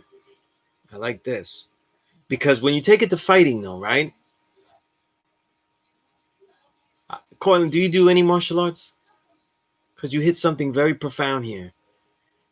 See, in the real martial arts, though, and this is something that Moriya Shiba realized in the art in his works, and that's why he wrote all of these things that become the art of peace. These are all his sayings that were collected. That by having a complete knowledge of self, he was able to understand the entire surroundings around him. So in this essence, it would be the entire equality, which includes the enemy as well that he is faced with. And because of that, though, he became to know and truly be himself at all times, because nothing could affect him. And that's why he always, in competition, there is no winner but him, like, in other words, competition was not even a point, right? It's nice. Nice, right? Very good, Cortland. I don't know if you do martial arts, though, but damn, that's Cortland. I don't know if have you ever emailed me though. You should email me though. If you do a martial art, you definitely should email me. Right? There's some because there'd be certain things I would want you to read. You know what I mean? But you just expressed an understanding of fighting that a lot of people take a long time to figure out, though, and that includes me. And even figuring it out after I got knowledge of self and was training, and you know, coming into near death experiences. And then you figure shit out. But that's just me, you know. Real hip hop. You said today's math represents what knowledge you use to create equality to self. I like the way you put that together. The only, that I'm gonna complain that you use the words in the supreme math to define the supreme math, right? But then you said meaning equals what can you do to improve your circumstances? Okay. See here, right? The build is strong. Even though he broke the major rule, frustratingly, but I don't expect anything less from real hip hop. 216 than to dynamically frustrate, right? The today's math represents, I mean, the complete dialect. You've altered the whole thing, and yet it's a good statement. Today's math represents what knowledge you use to create equality to self. It's very interesting. Okay. Very interesting.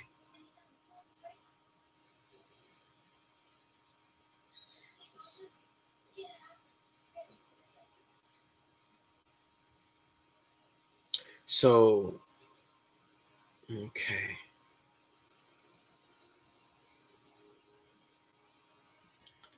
I'm going to think about that even more. Corlin, you said no one be himself and no one be able to change with circumstance and whatnot. True. Very true. Very true. Wise you said today is to know, look, listen, observe, and respect that balance of all things and be that supreme being who controls that which he knows, what he does, and sees clearly with good orderly direction. Good build, wise you. Good build. Hmm.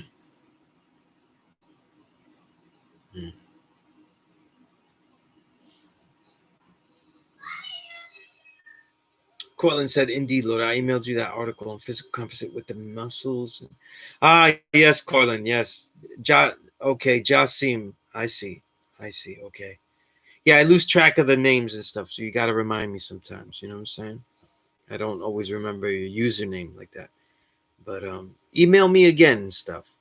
Um, that way I have you up there and stuff. Because if you're not doing martial arts, though, your mentality shows that you should be. You know? 793 said balancing different emotional states indeed deals in equality, engaged in the fighting energy deed. Yes. Yes. Okay. Oh, you're thinking about changing your name. Okay. All right. Well, the assignment Rehab Power learn how to build from reserve. Let me tell you something. It sounds funny and stuff like that, but if every student, if more students mentioned that they were learning from inspired and learn from him, though, they would be much better students. You know what I mean? But okay, Jasim. And that's up to you, Jasim. You know, however you see the name, if it's not fitting you, if it's not describing who you see yourself as and who you intend to be and what you intend to do and how you intend to create the nature, if it doesn't express that, then you know there's grounds for changing it, you know. Okay. All right. Definitely. You know, all right. Understand that I'm here to the extent, and a lot of this peace course is dependent on how you build outside of the classroom. And you know what you need to know is that that also counts for the students that are actually, you know, in the actual physical classroom. You know.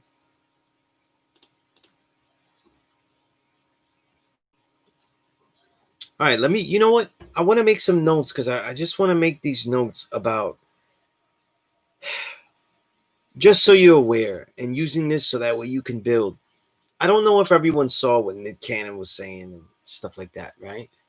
And I don't know where the hell Nick Cannon's mind is at. You know what I mean? This is a guy that has made some of the worst art you could think of. You know, his rapping ability is, it's difficult to rank how low it is, but you know, it's in those nether regions of hell. It's just not good. You know, it's not good. You know, he he didn't even come close to battling Eminem. You know, and that's a whole history of bad rhyming. His entertainment work though is filled with, you know, what we could say is coonery and things like that, and sometimes with you know, with guys like that, you don't know if this is all just wokey phase. You know what I mean? He's just woke for the moment and stuff. But I want you to take note and use everything as a case study. You know, that's what I used to always say to people that in the 2000s, when we saw people, I'm putting my email now. When we saw the Wu Tang kind of suffered through commercial, the commercial times that the 2000s became in those dark ages, and Wu-Tang making projects that actually weren't amazing, you know what I mean, or show their mortality and things like that, or not drift away from the knowledge and things like that. I kept saying to students, you got to look at them also as a case study. Like, what would you do if you were in the limelight? What would you say? How comfortable would you be? And how quickly would you fold, right? We could make all types of judgments and stuff, right? But I want all of you to know that having this knowledge of self and being Black men and Black women, original people, all of you Black, you have to know how you'll be in different situations, how articulate you intend to be in different situations, how you'll attack certain situations, you see?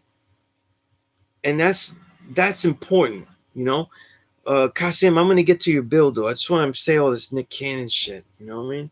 And kind of throw out the Nick Cannon so people can have a living idea. Nick Cannon, in just a small clip that I saw, said some profound things, but he also was much like you all. He was a student. He's a student of these things, and he's trying to express them. So he's basically diving into forms that he's not really ready to express himself in. You know what I mean? First off, he's not ready to deal with the fallout of any truths that he truly bears witness to at the moment. Let me say that again. He's not ready to be in forms of his own where he shares his own ideas that he's willing to fall on the sword for. You see? And yeah, I do have to watch the whole joint just because it's Professor Griff. It'll probably be interesting too. You know what I mean? But I just want to talk about a clip that I saw where he was saying this stuff about. He mentioned three. He basically was mentioning. He had mentioned that we were gods, not in the way that we say it though. It was kind of different. Where we're like gods, like kind of like Greek versions, or like we're great. He talked about. He really was referencing Francis Cress Welsing ISIS Papers, which is a book you should read. I have a very shitty PDF of it where it's just like pictures of the pages. It's not a book that was ever made digital. It still should be in print though. You know what I mean? Even now I don't have my copy with me right now, so hopefully I don't lose that, where it is right now, and I could get it back. But the thing about it, right, is that he mixed in a couple of things, right? And because of that, he talked in a lot of confusion. And when you don't know something completely, and when you're doing an interview with someone that has those views, right? What you want to do though, and this is to protect yourself when you don't really have all the knowledge, right? But you happen to be in a situation like that. Really, the play for him though, it was Professor Griff. He was in, right? And because I'm a journalist, I know that he could have protected himself by saying that, by putting it on Professor Griff on how you see white people's nature and having him articulate these things. But he was so excited to show what he had been learning that he wasn't really ready to say it. The truth is, when you read Francis Cress Welsing's book, Francis Cress Welsing isn't really calling white people savages, like all by, that they're savages and that they're all evil and things like that. That's not what she's saying. She doesn't say that in the ISIS papers. However, he does mix in things that other, black nationalists and things like that have said, right? Because we're dealing with pro-black, ideologies. And what he's really mixing in real hip hop is really a lot of ISIS paper stuff that he read. Maybe Michael Bradley's Iceman Inheritance concepts, and definitely like Louis Farrakhan. And I say Louis Farrakhan because most likely um, he had been checking some of his speeches. I think this thing is older, so I don't think that he was just initially sparked by the last Savior's Day speech. I think this interview is a little bit older than that.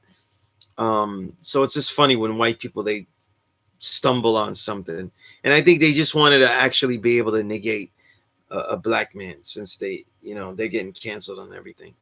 You know what I mean? And of course the Jews and stuff. Um, I don't know.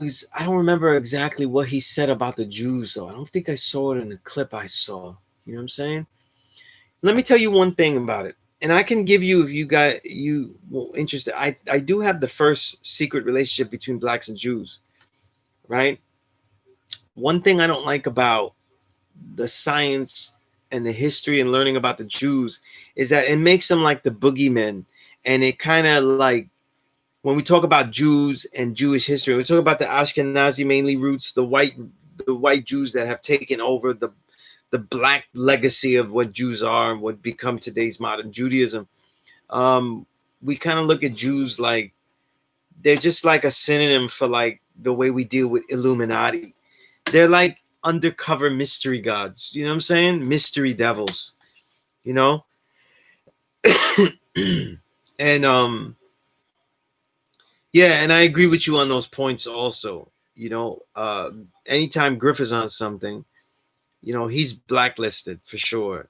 And anytime you do something with him, though, they're gonna immediately go after. That was a pretty heavy guest to have in this podcast. You know what I mean? To be just starting and have that. You know what I mean? But here's the thing, right? Because we're talking about melanin, right? Here's some interesting points, though. And this is the teaching point. You know, as I finished the teaching point about the way he attacked it and the way he didn't. As a journalist, though, you want to have some objectivity, especially when you don't know everything that is being talked about or everything that is being presented. So you already can be revolutionary and militant if you're just learning by giving someone else a forum. Okay, so it's really for Griff to say it, you know what I mean? And say that he was giving him a forum. The way Nick Cannon is buckling, though, is because he stepped over and was saying stuff too, and saying that they were naturally savage and things like that. Here's the thing: when we deal with the lesson, we know the lesson says that the devil's made weak and wicked. Okay, he's not automatically wicked; he is made weak, and thus, from birth, automatically prone to wickedness as a collective reality. Okay. And we say that, though, because then you can't throw some anomaly and say, hey, Larry Bird can play, or, my man here and is righteous, like Azrael, like all of that doesn't matter. We're talking about the collective reality and the collective history of the Caucasian, you know what I mean? And what all whites generally most whites generally don't want to look into their history and realize that as a grading system of humanity, their reality is trash. Their humanity is at the lowest levels, and the only comeback that they have, though, is that, well, you guys kill yourself too. You all kill yourself too. And every time we keep going back in history, we keep finding out, though, that the downgrading of other people's, meaning original people's humanity, is usually upon the introduction of a way of life from the European. There really is no other instance. So the farther we go back into ancient cultures and ancient civilizations, we find different types of humanity that are completely different. Even when you study Genghis Khan, and like, because that's the most extreme we could think of, where we have original peoples that they are not white, and they are going and they are conquering lands brutally. Even that had more of a humanity the more that you study it, because they absorbed the people. They did not destroy their way of life. They absorbed their way of life and actually fomented a development of the way of life to promote what they were doing. Um, so it's a lot different. You know what I'm saying? And I'll even take the stance that the Genghis Khan and his empire was much more humane than the entire westernized European existence of conquering. You know what I mean? Just the propaganda wasn't as good, right?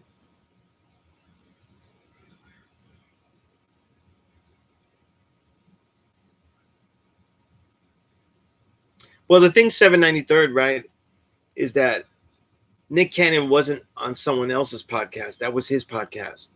You know what I mean? So as a journalist that guides your own podcast, as I do myself, you often are there as a personality as well, and you're introducing your own ideas too. You know what I'm saying? Well, why's you know, the undertone link, maybe yes and no, but the things that he was saying was really the confusion stuff, you know? Here's why, and let's go into some of the science so that way what's more important is that we're not confused, right?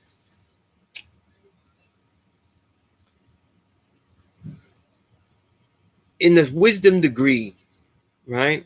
Let me read these comments. That's the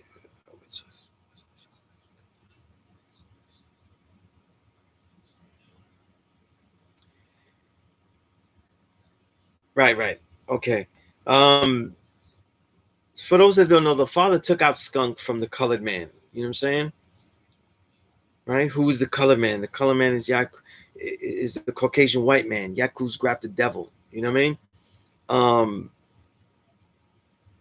I forget where the skunk of the planet Earth was written in the in. I don't think I have it here digitally, but I don't have Supreme Wisdom digitally, but I have it in the book. I have to go. I don't want to get up, but I think yeah, I think it was written right after. Yeah, Yaku's grabbed the devil with the planet. I forget where the skunk part was, but it's in there, and it was taken out by the father. You know, I don't remember how it was exactly written with the skunk part though, because it doesn't seem natural to me anymore. I don't remember it. But the thing about it though is that this um, you have to understand the weak and wicked aspect, or else you won't understand though how we actually made the devil. In other words, the devil is a manifestation of thoughts that we had that we necessarily wouldn't engage in just yet. But the fact that we made the devil means that we were on that slope of eventually getting to that point, right? Um, okay.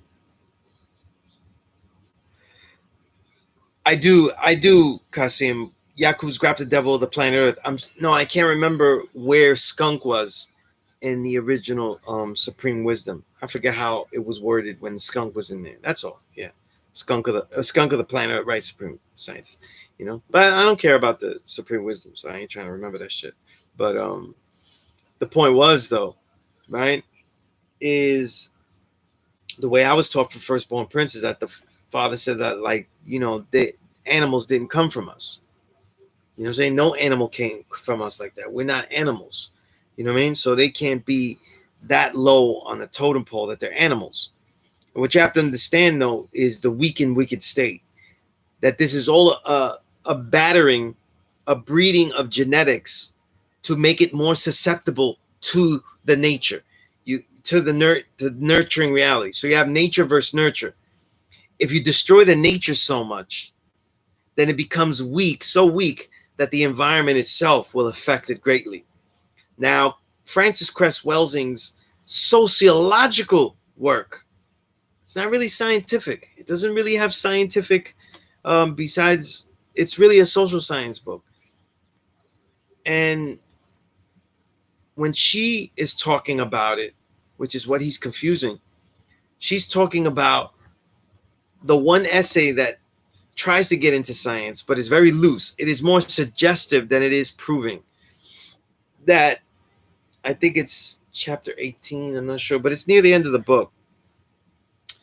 Her concept is that's that because of their lack of melanin and just on the basic ideas of melanin that you know from the idea that it's in the skin, right? And that's just one area, one organ that it's in, but taking on its simple face value being that they are so contradictory, being that nature itself can so easily harm the Western man, the European man, the Caucasian man. Like his skin could get destroyed by the sun. The elements itself of nature, the earth can batter and destroy the European Caucasian body easier and easily and even naturally under certain conditions that it does not do to the original people. So they are more prone to have a what? A combative nature toward their environment. So this links up also with the Iceman inheritance, you know what I mean? And other books like it.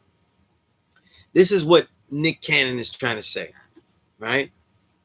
What's interesting about it is that I love the word that he used that when he was saying that us who have melanin, what is likened to soul, and then what he said, it has a compassion. You see? That's really what Francis Cress Welsing was really getting at. And I think that we should be able to articulate and we should be able to speak about this certain compassion that we have toward nature itself because we're always in tune with it. This is the home that we made for ourselves, so it is completely suitable for us. You see? And this is something that is not in their nature. You know what I mean? And then now, here's the problem. He couldn't really supplement any of that. You know what I'm saying? He couldn't supplement that because he doesn't know, it doesn't seem to know yet Jewel Pookram's work, or he doesn't know T. Owens Moore's Science of Myth and Melanin. He certainly doesn't know Carol Barnes' work. Who else? What's his name? Trying to think of it. Dr. Richard King, you know, which is more suggestive too. You know what I mean? One guy that's written about melanin that I don't really bear witness to, though, that I don't find scientific at all. I don't know why these black power and, you know, black power folk and wokies, they be loving it. But let me see if I get the name of the book, because I read it and I'm not gonna say I chucked it because, you know, I don't be chucking books, but I didn't really make sure that I found it the next day if I read it. Oh, let's see. Yeah. I thought one of the books that really took down melanin science as far as like from a black perspective of analyzing it, that really, I gotta say, I found terrible was Melanin, What Makes Black People Black by Layla Africa. You know what I mean? It's got a lot of stuff that isn't really like, makes no sense. And, you know, I could read through it and go through it and really find all those points. But I didn't see any science in that. You know what I'm saying? And that's where a lot of, like, you know, people, you know, we're black, we have superpowers, you know, all that kind of shit. It doesn't make any sense. You know what I mean? If I was to study about melanin and deal with books, though, I would start with the Science of Myth and Melanin. Unfortunately, this is a book that I don't have digitally. I've never seen sold digitally. Science and Myth of Melanin. T. Owens Moore. Okay, I would definitely start with that book. You know what I mean?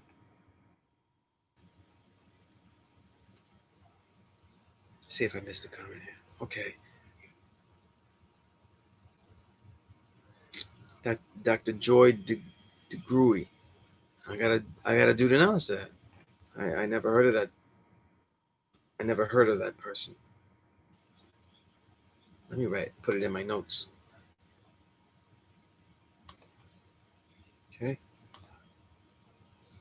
So when, you know, it's a big goof up as far as explanatory. You know, when Nick Cannon says, you know, that they're all naturally savages and they're all that, it's not really thinking it all the way through. And that's what happens when you're learning something. The last guy, if you really think about it, though, young people, when they have these forums now, you're going to see this regularly because people are coming into knowledge of themselves in front of big spotlights, you know, and A good example of that is Colin Kaepernick. You know what I mean? When he got into a lot of stuff and he couldn't really, for example, I thought he couldn't really articulate himself at all when it came to Fidel Castro. You know what I mean? He just had the Fidel Malcolm X, picture on his shirt. But he really, once all these Miami Cubans went at him, though, he didn't really know what to say and really had nothing for it, much to say about it. You know what I'm saying? And that's because people are coming into consciousness of themselves. You know what I'm saying? And they do it in the spotlight. And that's why, it's important that if you are building and stuff, that you have to find, obviously, you have to find elders to build with, right?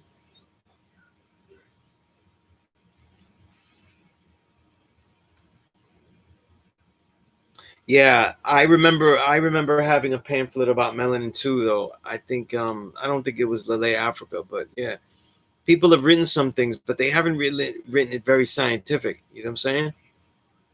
And really, melanin, if you look at Jewel Pookrum, she calls it the biological living light, the thinking part of the cell. According to her, and even T. Owens Moore, their melanin is literally the thinking part of the cell, and all humanity has it. It'd be like saying that they don't have like a conscious part in their cells, in their being.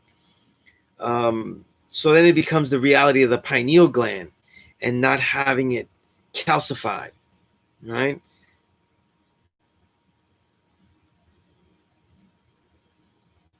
um who said the black woman is God? Was that you saying? I don't know if you're saying Nick Cannon, Professor Griff, or Larry Africa. I don't know who we're talking about, right? Got too many. We got too many wokes on the table here. So I don't know what we're talking about. You know, one thing, I never got to reading a lot of Professor Griff's books. I never read his books. He's written books and stuff like that. I never really got to reading them. You know. Um, but again, on that Jew tip, I don't know exactly what he was saying on that, but the Jews have done certain things, and they have certain powers, and they have certain realities. But I don't like when they're scapegoated as the penultimate devil. You know what I'm saying? Um, I like to think that most white ethnicities are in that running for, oppressor. So I don't really keep on. The thing is that they are much more organized. They kept more of the rules and regulations, um, and throughout history, they've been able to work under the scenes more so. You know, I don't know. He may have been at one point. I don't know if he is though, still or was, for sure. I'm pretty sure Jasim that he got fired for those particular clips. Because the thing is though is that, like, in all your pursuits, right? I don't want you to be pigeonholed because of how you expose other people. I want you to be, I want you to be known for what you say about us. And that's why I teach you how to speak about yourselves without ever having to speak about them. The truth is that the real jewel that Nick Cannon had was that because of our nature of being in tune with nature naturally, and being and having and this melanin being able to absorb and alchemize and be in line with everything that is around us, um that should have been the focus, you know what I mean, of his understanding, right? But it wasn't though. And now seeing Nick Cannon apologize. It's funny, he says some rabbi said something. I don't know what rabbi could say something that would negate the truth that they are not the original Jews, that they are basically hoarders that chose a particular religion to take over, and have used that and shielded devilishment have shielded their running societies, have shielded everything in the name of that religion. You know what I mean? Just like they do today when they say everything is anti-Semitic, though, and they're not even Semitic people.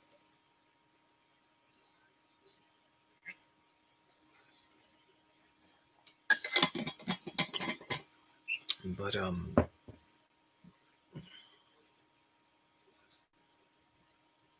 Mr. G1, let's go back to the supreme mathematics. I hope I said everything there. I just really want you to get the idea of how you express yourself when you do not know everything perfectly.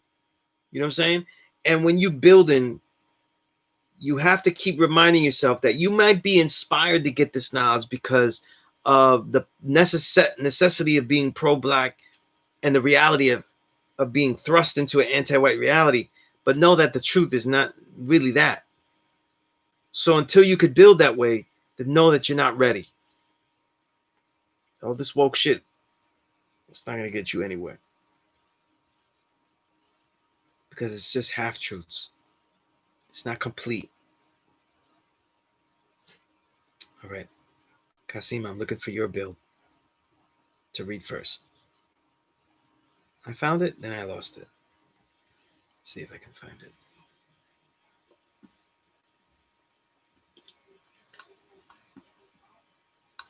Yeah, the original Jews. And does that make calm Islamly if they're from the Middle East, or are they white? Nope.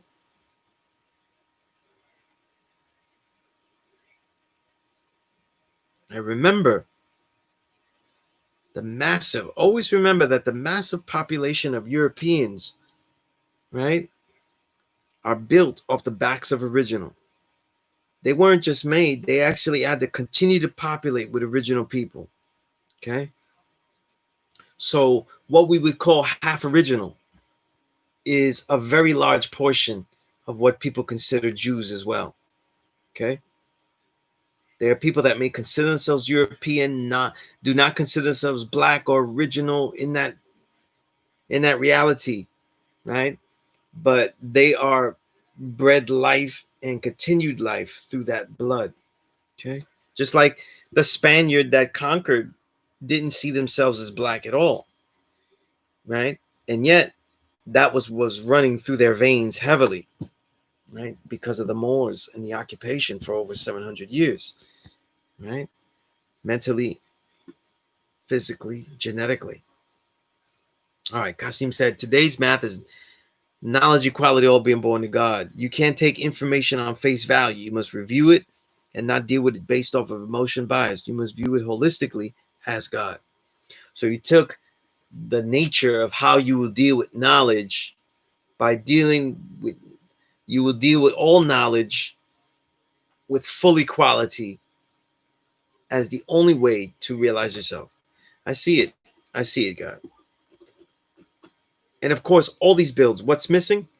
Personal examples that would prove everything. Not for me, not even always for this class, but for yourselves. That's the practice. Okay. Let me see. That was a build. G1, you said today's math is knowledge equality and adds up to God. I'm seeing that as taking notice to the basis and support of balance of treatment is equivalent to having complete power. Okay. Again, don't use a different mathematical degree in your build. The complete power thing is the realization of you, right? So you would say the empowering, if you had to really stretch it and still use power, of myself, right? You would say myself, right? But yeah, you don't want to use power. It's today, power is not in a degree. So you don't want to cause confusion or overlap that. Okay.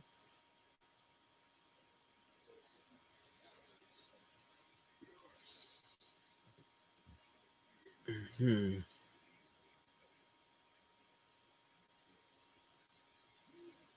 Yeah. Did you read that book, Mr. G1? I don't know. How was it? Hmm?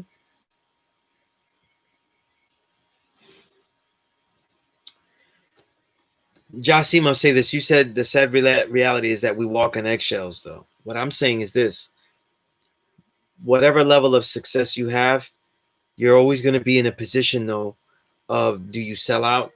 Do you compromise? Do you give in? Okay. Even if you make a mistake, I want you to have no regrets. You see?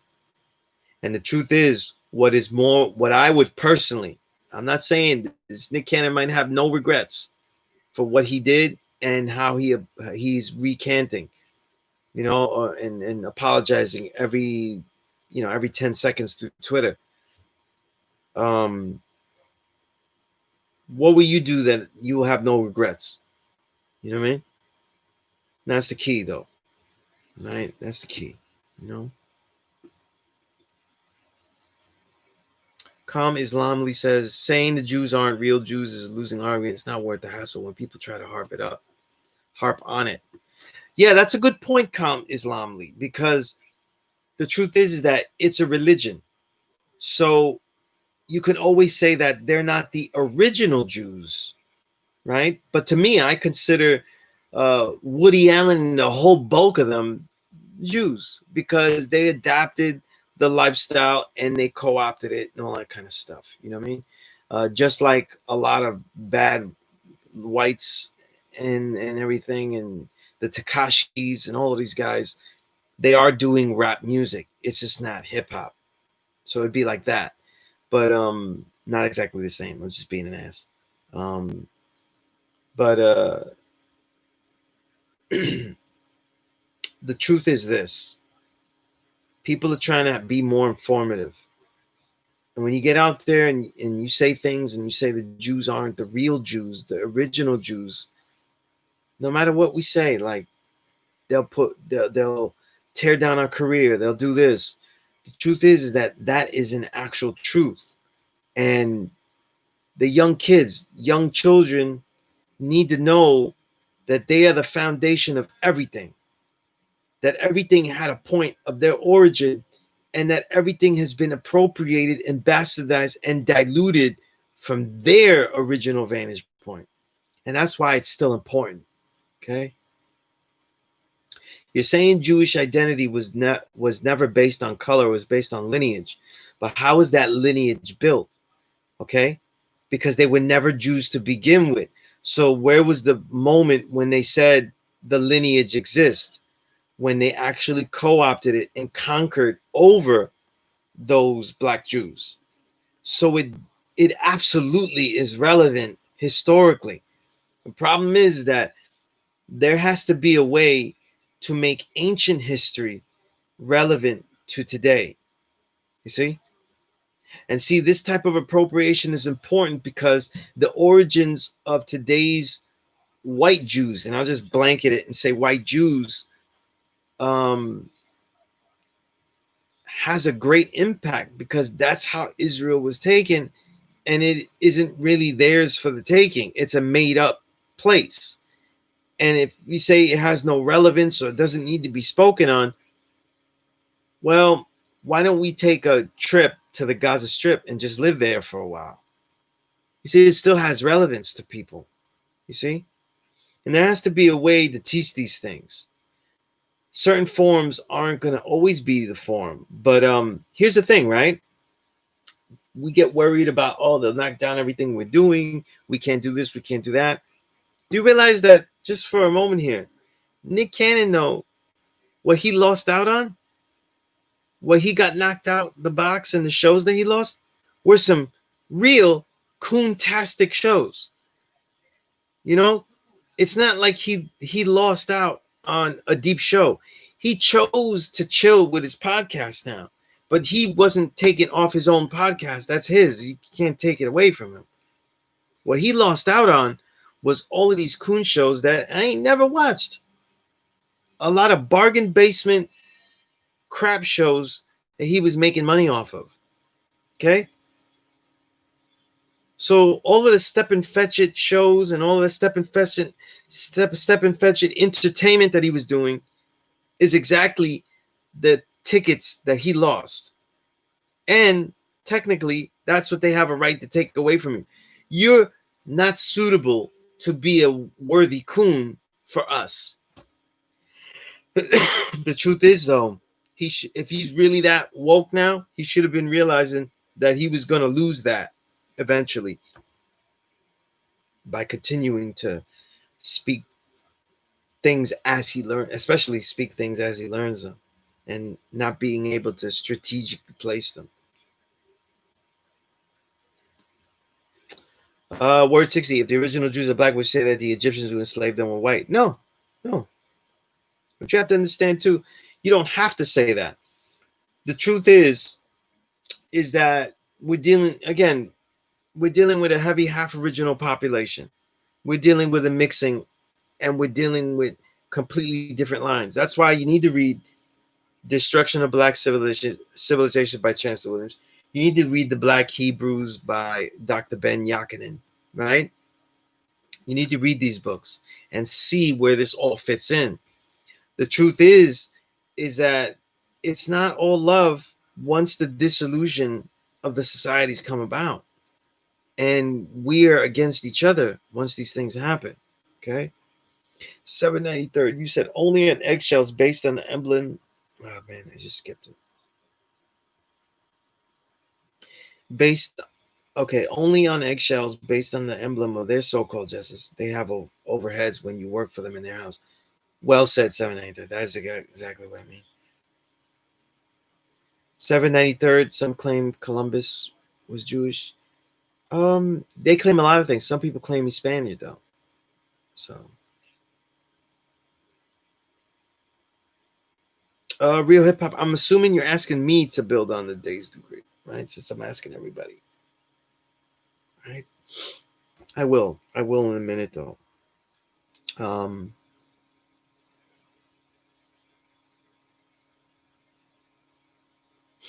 Yeah, everyone is Jewish. That's funny. When you try to claim everyone, you run into jams like that. See, the thing is, Calm Islamly, like you're not seeing though that. All right, just logically, right? Who is the original man? The original man is the Asiatic black man, the maker, the owner, the cream of the planet Earth, father of civilization, and God of the universe. Do you realize that that degree is saying that we fathered civilization? So all of this shit came from us. We maker and owner. All of this came from us. Everything. So it gets very tiring though. Problem with scholarship is that it's not taking a good approach to seeing how it all dangles and dissolves and becomes all of us today, and that's what's missing. But it's damn well important though. It's damn well important. You know what I mean? And it speaks to massive hypocrisy because the Jews of today are the ones who won't let go of the Holocaust, who have been paid reparations and still talk about the Holocaust as if they're owed anything. You know what I mean? And there's never been one reparation to any black peoples, of the United States, right?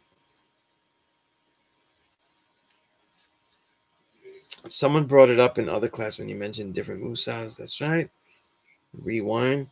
Um, okay, G1, you didn't finish it. Whatever else, I would recommend you check it out. Yeah. I know I would find it interesting. I find it interesting. I find I'm very interested in his ideas. That line between those two cities over there is great. I'm assuming you talk about Gaza Strip and all that. Okay.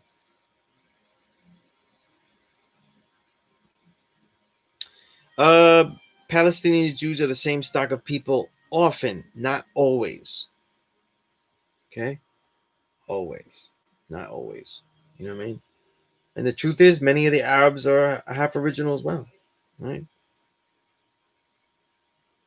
Here's the thing: what we're saying, no Kam Islami, right? Many of the Jews that are from, okay, for you not understanding though, is that a lot of the Jews that are running Israel are imported. They are not from there. Many of the Jews that live in Israel are from there. So they end up being mixed and not white, per se, if we talk genetically. Okay? But then we talk about half original, and they're not. Okay, so that's the point. Okay, all right. Peace, Gregory. I sent you some books, Gregory. You check them out too when you get the chance. Those books you asked for. Universal Truth. Okay, yeah, that's um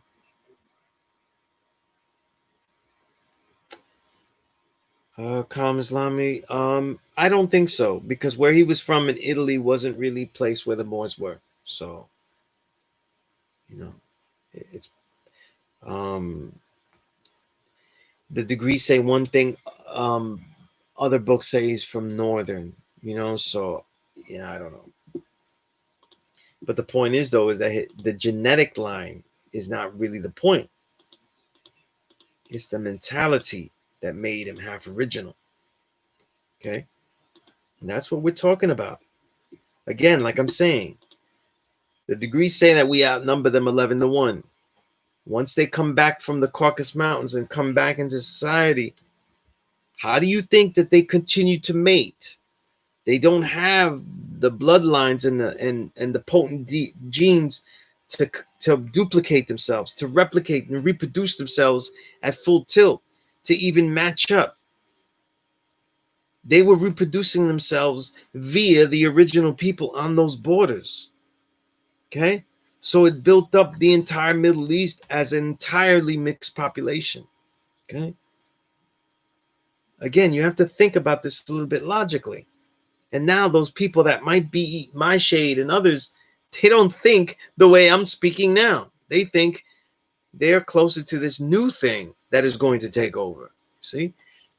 That's what we're talking about here. Okay? All right. But listen, just like you're saying it's not important or not, that's like saying whoever made the pyramids is not important. And tell that to the thousands and thousands of people that go and visit it, and that it is the only ancient living monument, the only wonders of the seven wonders of the world. In fact, a lot of those wonders of the world, I don't even know if they were true. Right? We do know that the Giza pyramid, though, is true because it's right there. Right? All right, let me quickly go through this plus lesson because I want y'all to be building and having ideas. And the only way to develop stuff where you start learning and you're not going to talk sloppy like Nick Cannon, though, is that. And mind you, stop being on some scared tip about what Nick Cannon is going through. Nick Cannon was doing pop stuff, pop crap. His career is essentially pop crap with these sprinkles of some real-time things that he was doing. He doesn't have a career of legitimate art of any kind. Okay, that's why the LeBron of battle rap, Eminem, can go to him because he only fights people that are easy wins. You know what I mean?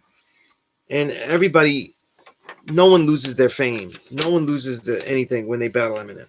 But that's another story. But the thing is this: be ready. What I'm more concerned about, though, is that that you were sacrificing, which is the duty of a Paul Righteous teacher, as you are sacrificing. Just say some shit all sloppy and be like, oh well, I didn't know what I was saying, and all that. I want you to know what you're doing. I want you to know what you're doing as you do it. And if you don't know what you're doing as you do it, that's exactly when you shouldn't be opening your mouth.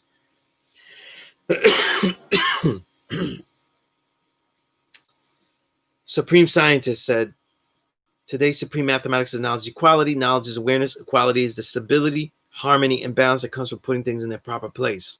Right. Supreme Scientist, I've always loved the word. I always use that word, proper position, when I build on like the one word or two words that I use for each degree. I always say proper position. You know what I mean? And so I feel that. Making sure my awareness is distributed among my family fairly and in proportion to the knowledge, wisdom, and understanding is my responsibility as a supreme being. As God, I never give them more than they can handle. Very, very true. Very, very true. That's a peace build, God, as always. Don't talk my Uncle Nick. All right. I don't know who has songs of his in their collection, who really bought the DVD packages of Wild and Out or any of those things. I mean, none of us are doing any of that shit. Let's be honest though, his entire career is coonery. Okay? So all of us though are bugging out for the last couple of years at his, resurgence as a thinker. You know what I mean? Right? Drumline was dope. Good night, Supreme Scientist. Drumline was dope. Drumline was, fodder. It was okay fodder to watch for a moment. You know what I mean? I don't know who's running who's saying Drumline is essential black entertainment. You know what I mean? But listen to this though.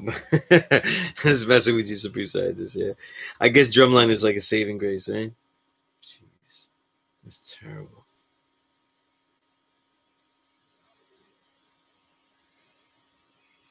I would say this, Kasim. Though I think, I think Nick Cannon thought he knew what he was saying, but the truth is that he really did jumble up a lot of shit and didn't say everything cohesively. You know what I'm saying? Because he was really trying to go off Francis Cress Welsing's book, and he didn't really articulate that right. You know what I mean? But it is what it is.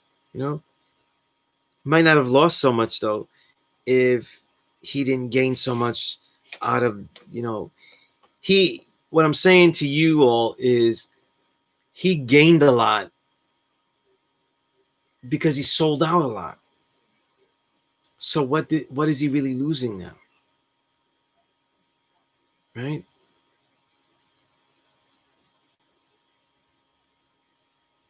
Yeah, yeah, definitely, definitely. And that's the last couple of years, yeah, what I've been saying, you know what I mean? You know? I've always been wary. I've always been wary of the guy who sells out his whole career but does woke shit on the side. And I have a whole list of rappers that I could tell you that are like that. And it's very corny to me. You know what I mean?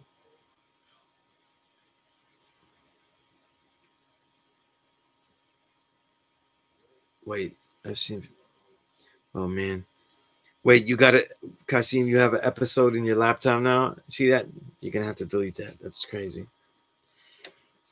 What? You have an episode of Wild and Out or one of those things in your? Oh man. All right, we got 20 minutes left. This is a very quick build. It goes with what we're saying, so you could be sharper. And if we go a little bit over, it'll be fine. I want you to have this, but scholarly notation is important to me. It has a fancy name though, but it's really about using your journal to continually gather your perspectives about everything you read.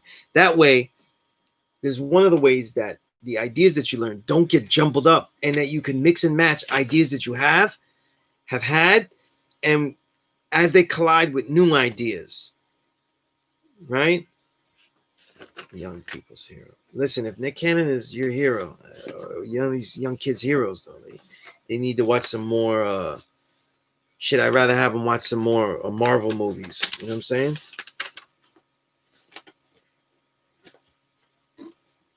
Right, Marvel movies. You know, I think Iron Man is a better example of like a guy that sold out and then went out like a champ. Right? That's a little bit more of a better story, right? I'm being an ass though, but I'm just.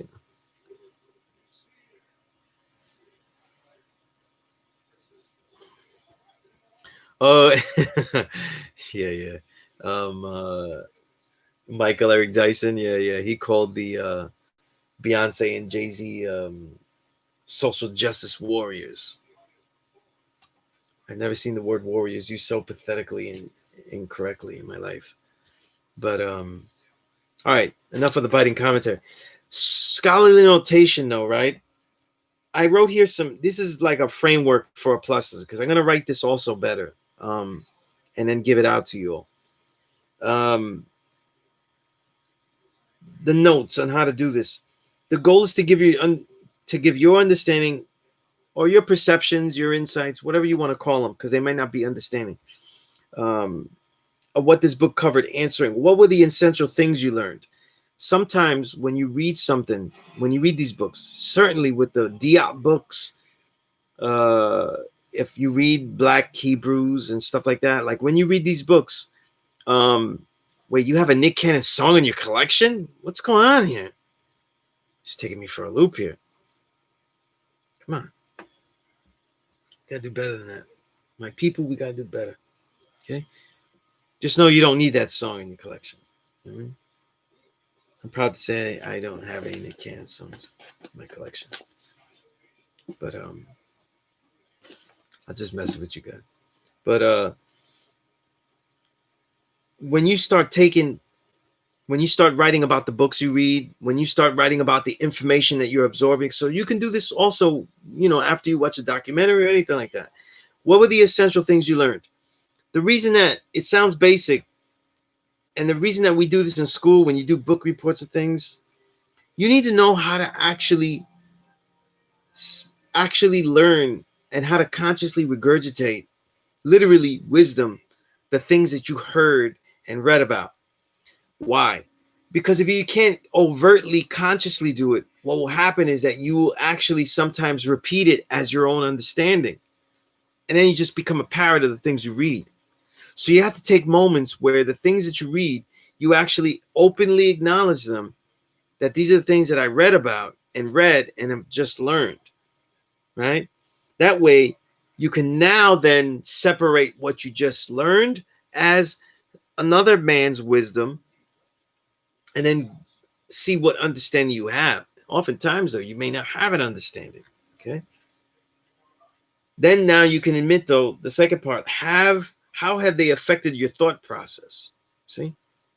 Sometimes when you read these things, you also want to know the impact that things have on you. That'll also let you know, am I really wasting my time? Or is this book giving me all of the challenge I need, right? So when you start to pick your next book or next thing that you're going to study. And then, how do they enable you to understand yourself, I self, Lord and Master, and your life, universe, better? Okay? In other words, whatever you read here, you may not be able to do it at that moment, but is it having a real world application to you? This is important, though, because what we were talking here is a lot about ancient history and stuff. And what I was seeing from Calm Islamly and others is that, mainly from Calm Islamly here, but it's a common thought.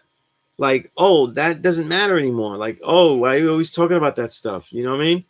And it's not really important anymore and stuff. But it absolutely is. You know what I mean? You realize that the entire framework of this society has its origins all the way back to what Greece took from ancient Egypt, or as we properly know as Kemet, right? And then thus the roots of Kemet being Nubia and such, right?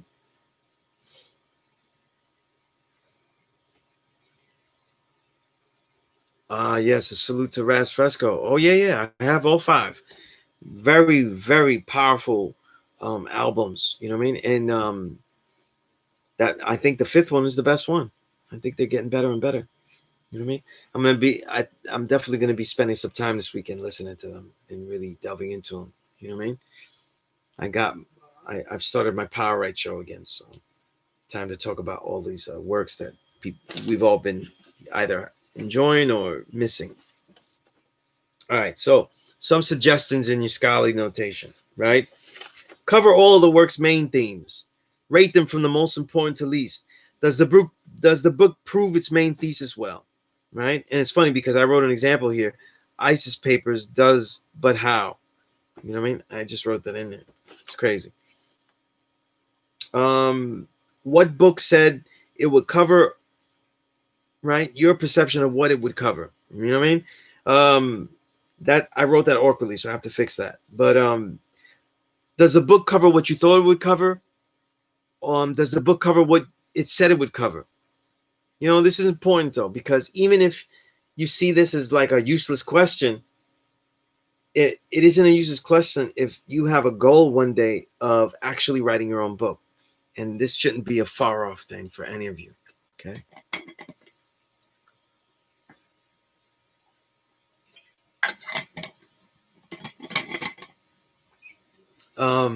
Just like Keras One used to know, the history of the author is very important, though. That doesn't mean no, it's like, yo, he's a white man, I'm not reading it, though. The reason that you find out an author is not to immediately invalidate reading the entire book. That could be, that could be, let's keep it real, that could be, right? But sometimes you might just want to have the book for a reference, right? So there's books that I've invalidated the general concepts of the author and their reality, but I still made it still ended up being worthwhile to just keep the book as a reference of counter note and things like that, and just for general information I can extract, right? But the book that you're going to read completely is the most important goal. So you should know the author's history, though, and see if that impacts or degenerates. You know what I mean? So like if you're reading a book about carpentry, or I don't know, if you're reading a book about computers and stuff, it may not be that important what ethnicity or background the author is from. But if you're reading a book about ancient Egypt and Kemet, though, it certainly does. It certainly does, because Egyptologists and stuff have been racist for years, right? So knowing the author history, though, is something that could give you insight to it too, as well. You know what I mean? Right? Just like when you read books about the martial arts, right? Don't you want to know? You want to know the lineage of the martial artist, though, because you want to get the perspective of what they do. And if you're reading a book, which I don't really like reading these books, but if you're reading a book about specific techniques and how to move and everything like that, sometimes knowing what that martial artist looks like, who, if he's original or not, where he's from, what he actually looks like his body type, all these things might actually help you. You know what I'm saying? In judging whether it's useful for you. You know what I mean? Okay. Also, too, study the author's execution, right? Did he go off on tangents that didn't go back to the original point? And things like that. You know what I mean? Again, these are important for you if you want to be an author, to note these things. But it also is a sign you're getting railroaded. You mentioned Michael Eric Dyson right now. Michael Eric Dyson is a great writer, incredible writer, has a supreme vocabulary, right? But he goes off on such tangents that he extends points, though, that that he doesn't really have many points, though, about the wonderfulness of Jay-Z. So these tangents expose themselves. You know what I'm saying? Right? And there goes my Jay-Z hate of the night. Check box. But an effective method to live your mathematics daily and apply the 120 lessons is to note pages while reading a book, or when you have finished, and introduce each fragment that you noted and build on it. It is with taking a complete look at these that you will better understand how the entire book has affected you. And of course, I have to fix that. There's a little awkwardness in what I just read there. Okay. Here's the thing, right? This is one of the most important things why I wanted to go through this, right? When we build on the day's mathematics, though, you do not want to fit life or fit your concepts into the mathematics and awkwardly fit it. However, right, when you were reading and you were studying books and you were writing on the day's mathematics and for yourself and you're building, you want to be able to practice taking things that you learned from a book that you found useful and seeing how you could fit that into the mathematics. For example, if you read something that in a history book that is valid to you, try to figure out, though, what degrees in supreme mathematics articulate or better describe how it's useful to you. You know what I'm saying? In other words, what does it elevate, though? The sense of power that you have about this, the equality of this aspect, a greater way of looking at culture. These are the things that that you should look at. Thank you, Real Hip Hop, for the blasphemy. Right? But That's funny though. He didn't really bring it back though, right? Didn't really back. Honestly, in the pop sphere, I'd probably give that to my man Mello. You know what I mean? Carmelo Anthony, right?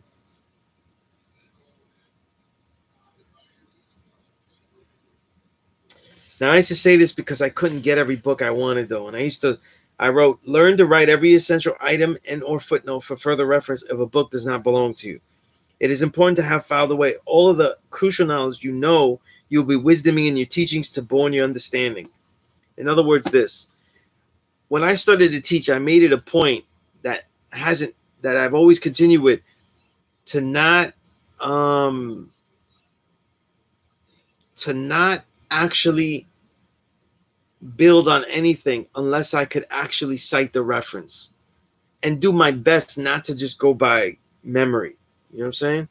And to you students, when I do that, to note that I'm going off memory and that I might be off on the reference point. That way we can always check and balance and everything. You know what I'm saying? Right?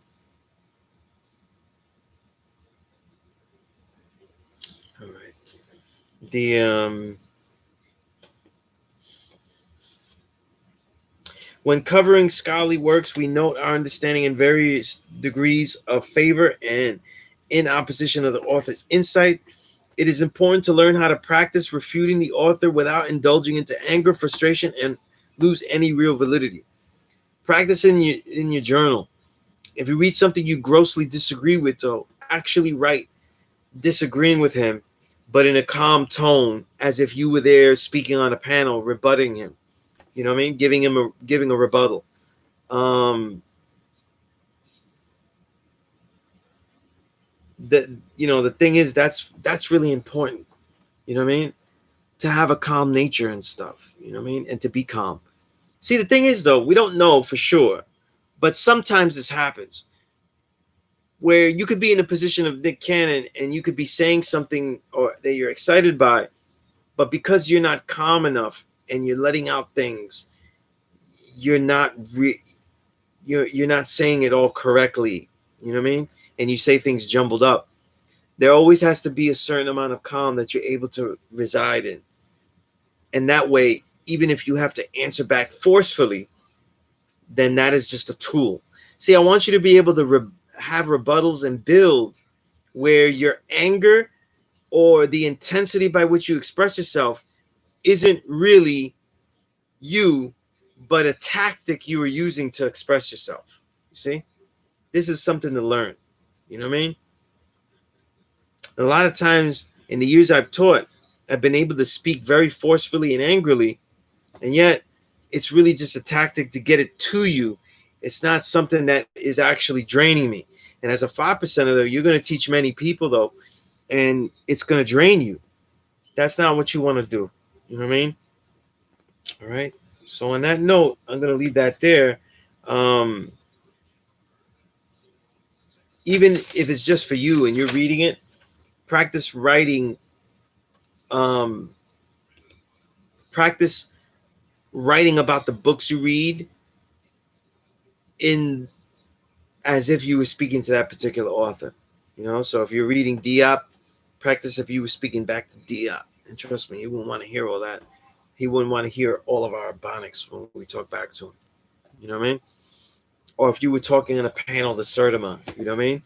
And like for example, do you agree with his concept of Berber, or do you agree with Wayne Chandler, who he wrote also, and other people in the book? You know what I mean? In African presence in early Asia, I believe it is. You know what I mean? There wasn't a complete clarity that they were willing to agree on where the etymology of Berber is from, or its meaning, or what it meant. Did it mean, was it a reference to original people that they were barbarians, or was it literally uh, um, actually just a term for Caucasians because they are barbarians? They were the barbarians. They were the ones that didn't have culture and were living in destitute, right? See, now if Nick Cannon had said, these are the people that come from a life of living in destitute and were given civilization, How could that be refuted? You know what I'm saying? Right? That we were never cave people, right? All these things. Always speak from you. They cannot deny your reality. They could always lie and be offended by how you expose them, but don't spend time talking about them. You know what I mean? And the higher in the form you go, talk less and less about them and more about you. You know what I mean? That way, when you go, because the youth, they don't need, um, they really don't need, truthfully, if you had to pick one or the other, they don't need you to tell them that the white man is a devil, to hear that blanket thing. Because when we look at the entire Caucasian history, we could say no white person is a devil, and yet the entire Caucasian history, though, has been one of devilishment. Facts. Simple, basic facts. Okay? Right? What the youth need to hear at every turn, though, is about the supremacy of their nature and how they are still in tune with that if all they have to do is just learn about themselves. And that's why all this ancient history is important. Okay?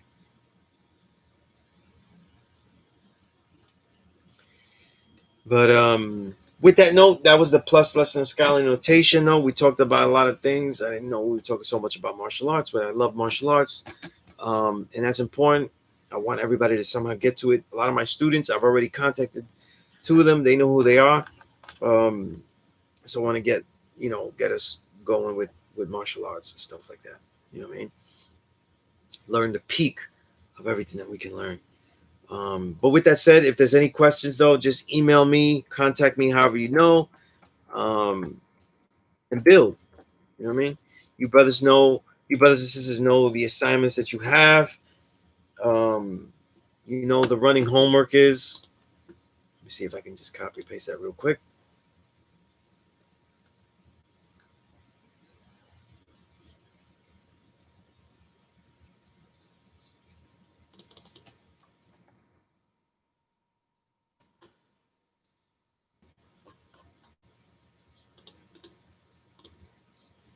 All right, so you know the running homework has always been this, and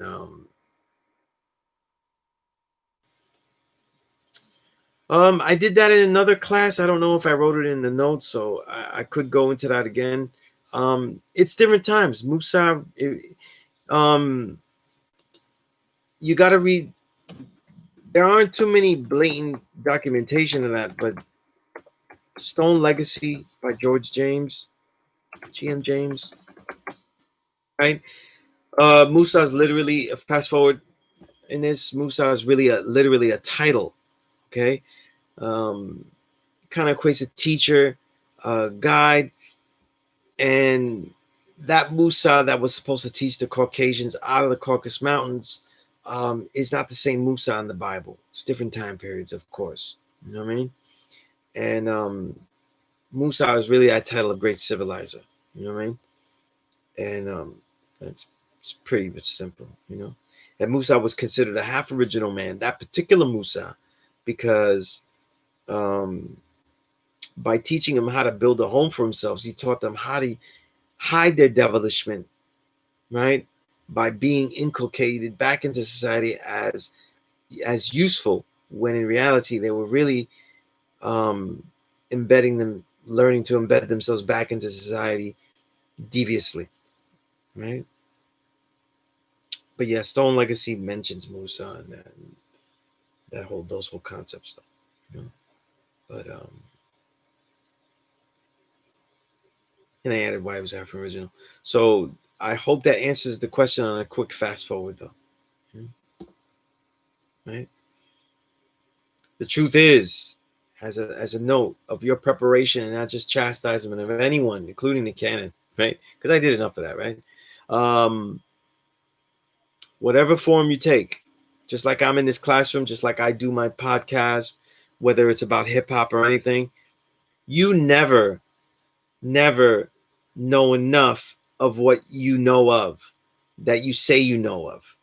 Whatever we say we know enough of that we're going to speak on, we still don't know enough of what we're speaking on. So you could always get caught up in not knowing. Okay. So we have to know the way of speaking and know our audience and know the target of what we're trying to speak of, right?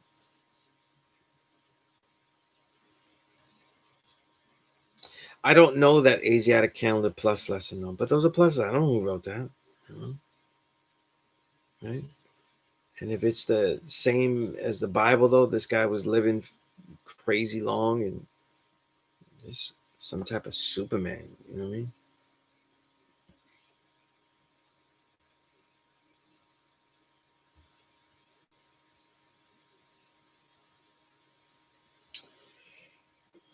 Comes let me I haven't read that. I don't know. I don't know. You know what I mean? In this case, it's really irrelevant. Some of that is irrelevant though, you know. Because really like Mecca would be that area when we talk about where was that focus of all civilization being focused towards. When we look at the which says you know stolen legacies, I just mentioned it. When we talk about stolen legacy, we're talking about the Egyptian mystery school system, and we're talking about how they literally were making an intranet to gather the information from all the original societies around the world. The fact that they taught the first white people, though, is actually a side note to the use of the mystery school system when you really think about it and really study it. So, if we were talking about that, Mecca still would be in those areas, in that area there. You know what I mean? So, the truth is that it might not be exactly what people say, but the truth is that it's going to be in that tip of Africa. It's going to be in that area where the Caucasus Mountains in Africa collide, um, and where all the reality that we're dealing with now um, in these last 6,000 years explode off off from, you know, or out from, I should say, right? But no, I haven't seen those studies. You know? If you have them, I gave my email. I'd love to see any of this stuff. You know what I mean? Right? The key, though, because I don't have these books digitally, start spending your money on some of these good melanin books, right? T. Owens Moore, um, Richard King's are useful um, on a metaphysical level, definitely, and a thought idea, you know, give you ideas. And also Carol Barnes, which I don't, that might be a hard, his work might be hard to get. But with that said, though, I'm going to let you all go. Willingly, everything is good at the law school next week, and those who were willing to go and everything will be able to go, and I'll be able to go. But and then next time, hopefully, I can not have any digital mishaps getting my laptop going out there at the school. You know what I mean? Um, you know, but slow and steady. You know what I'm saying? Slow and steady. All right. So with that said, um,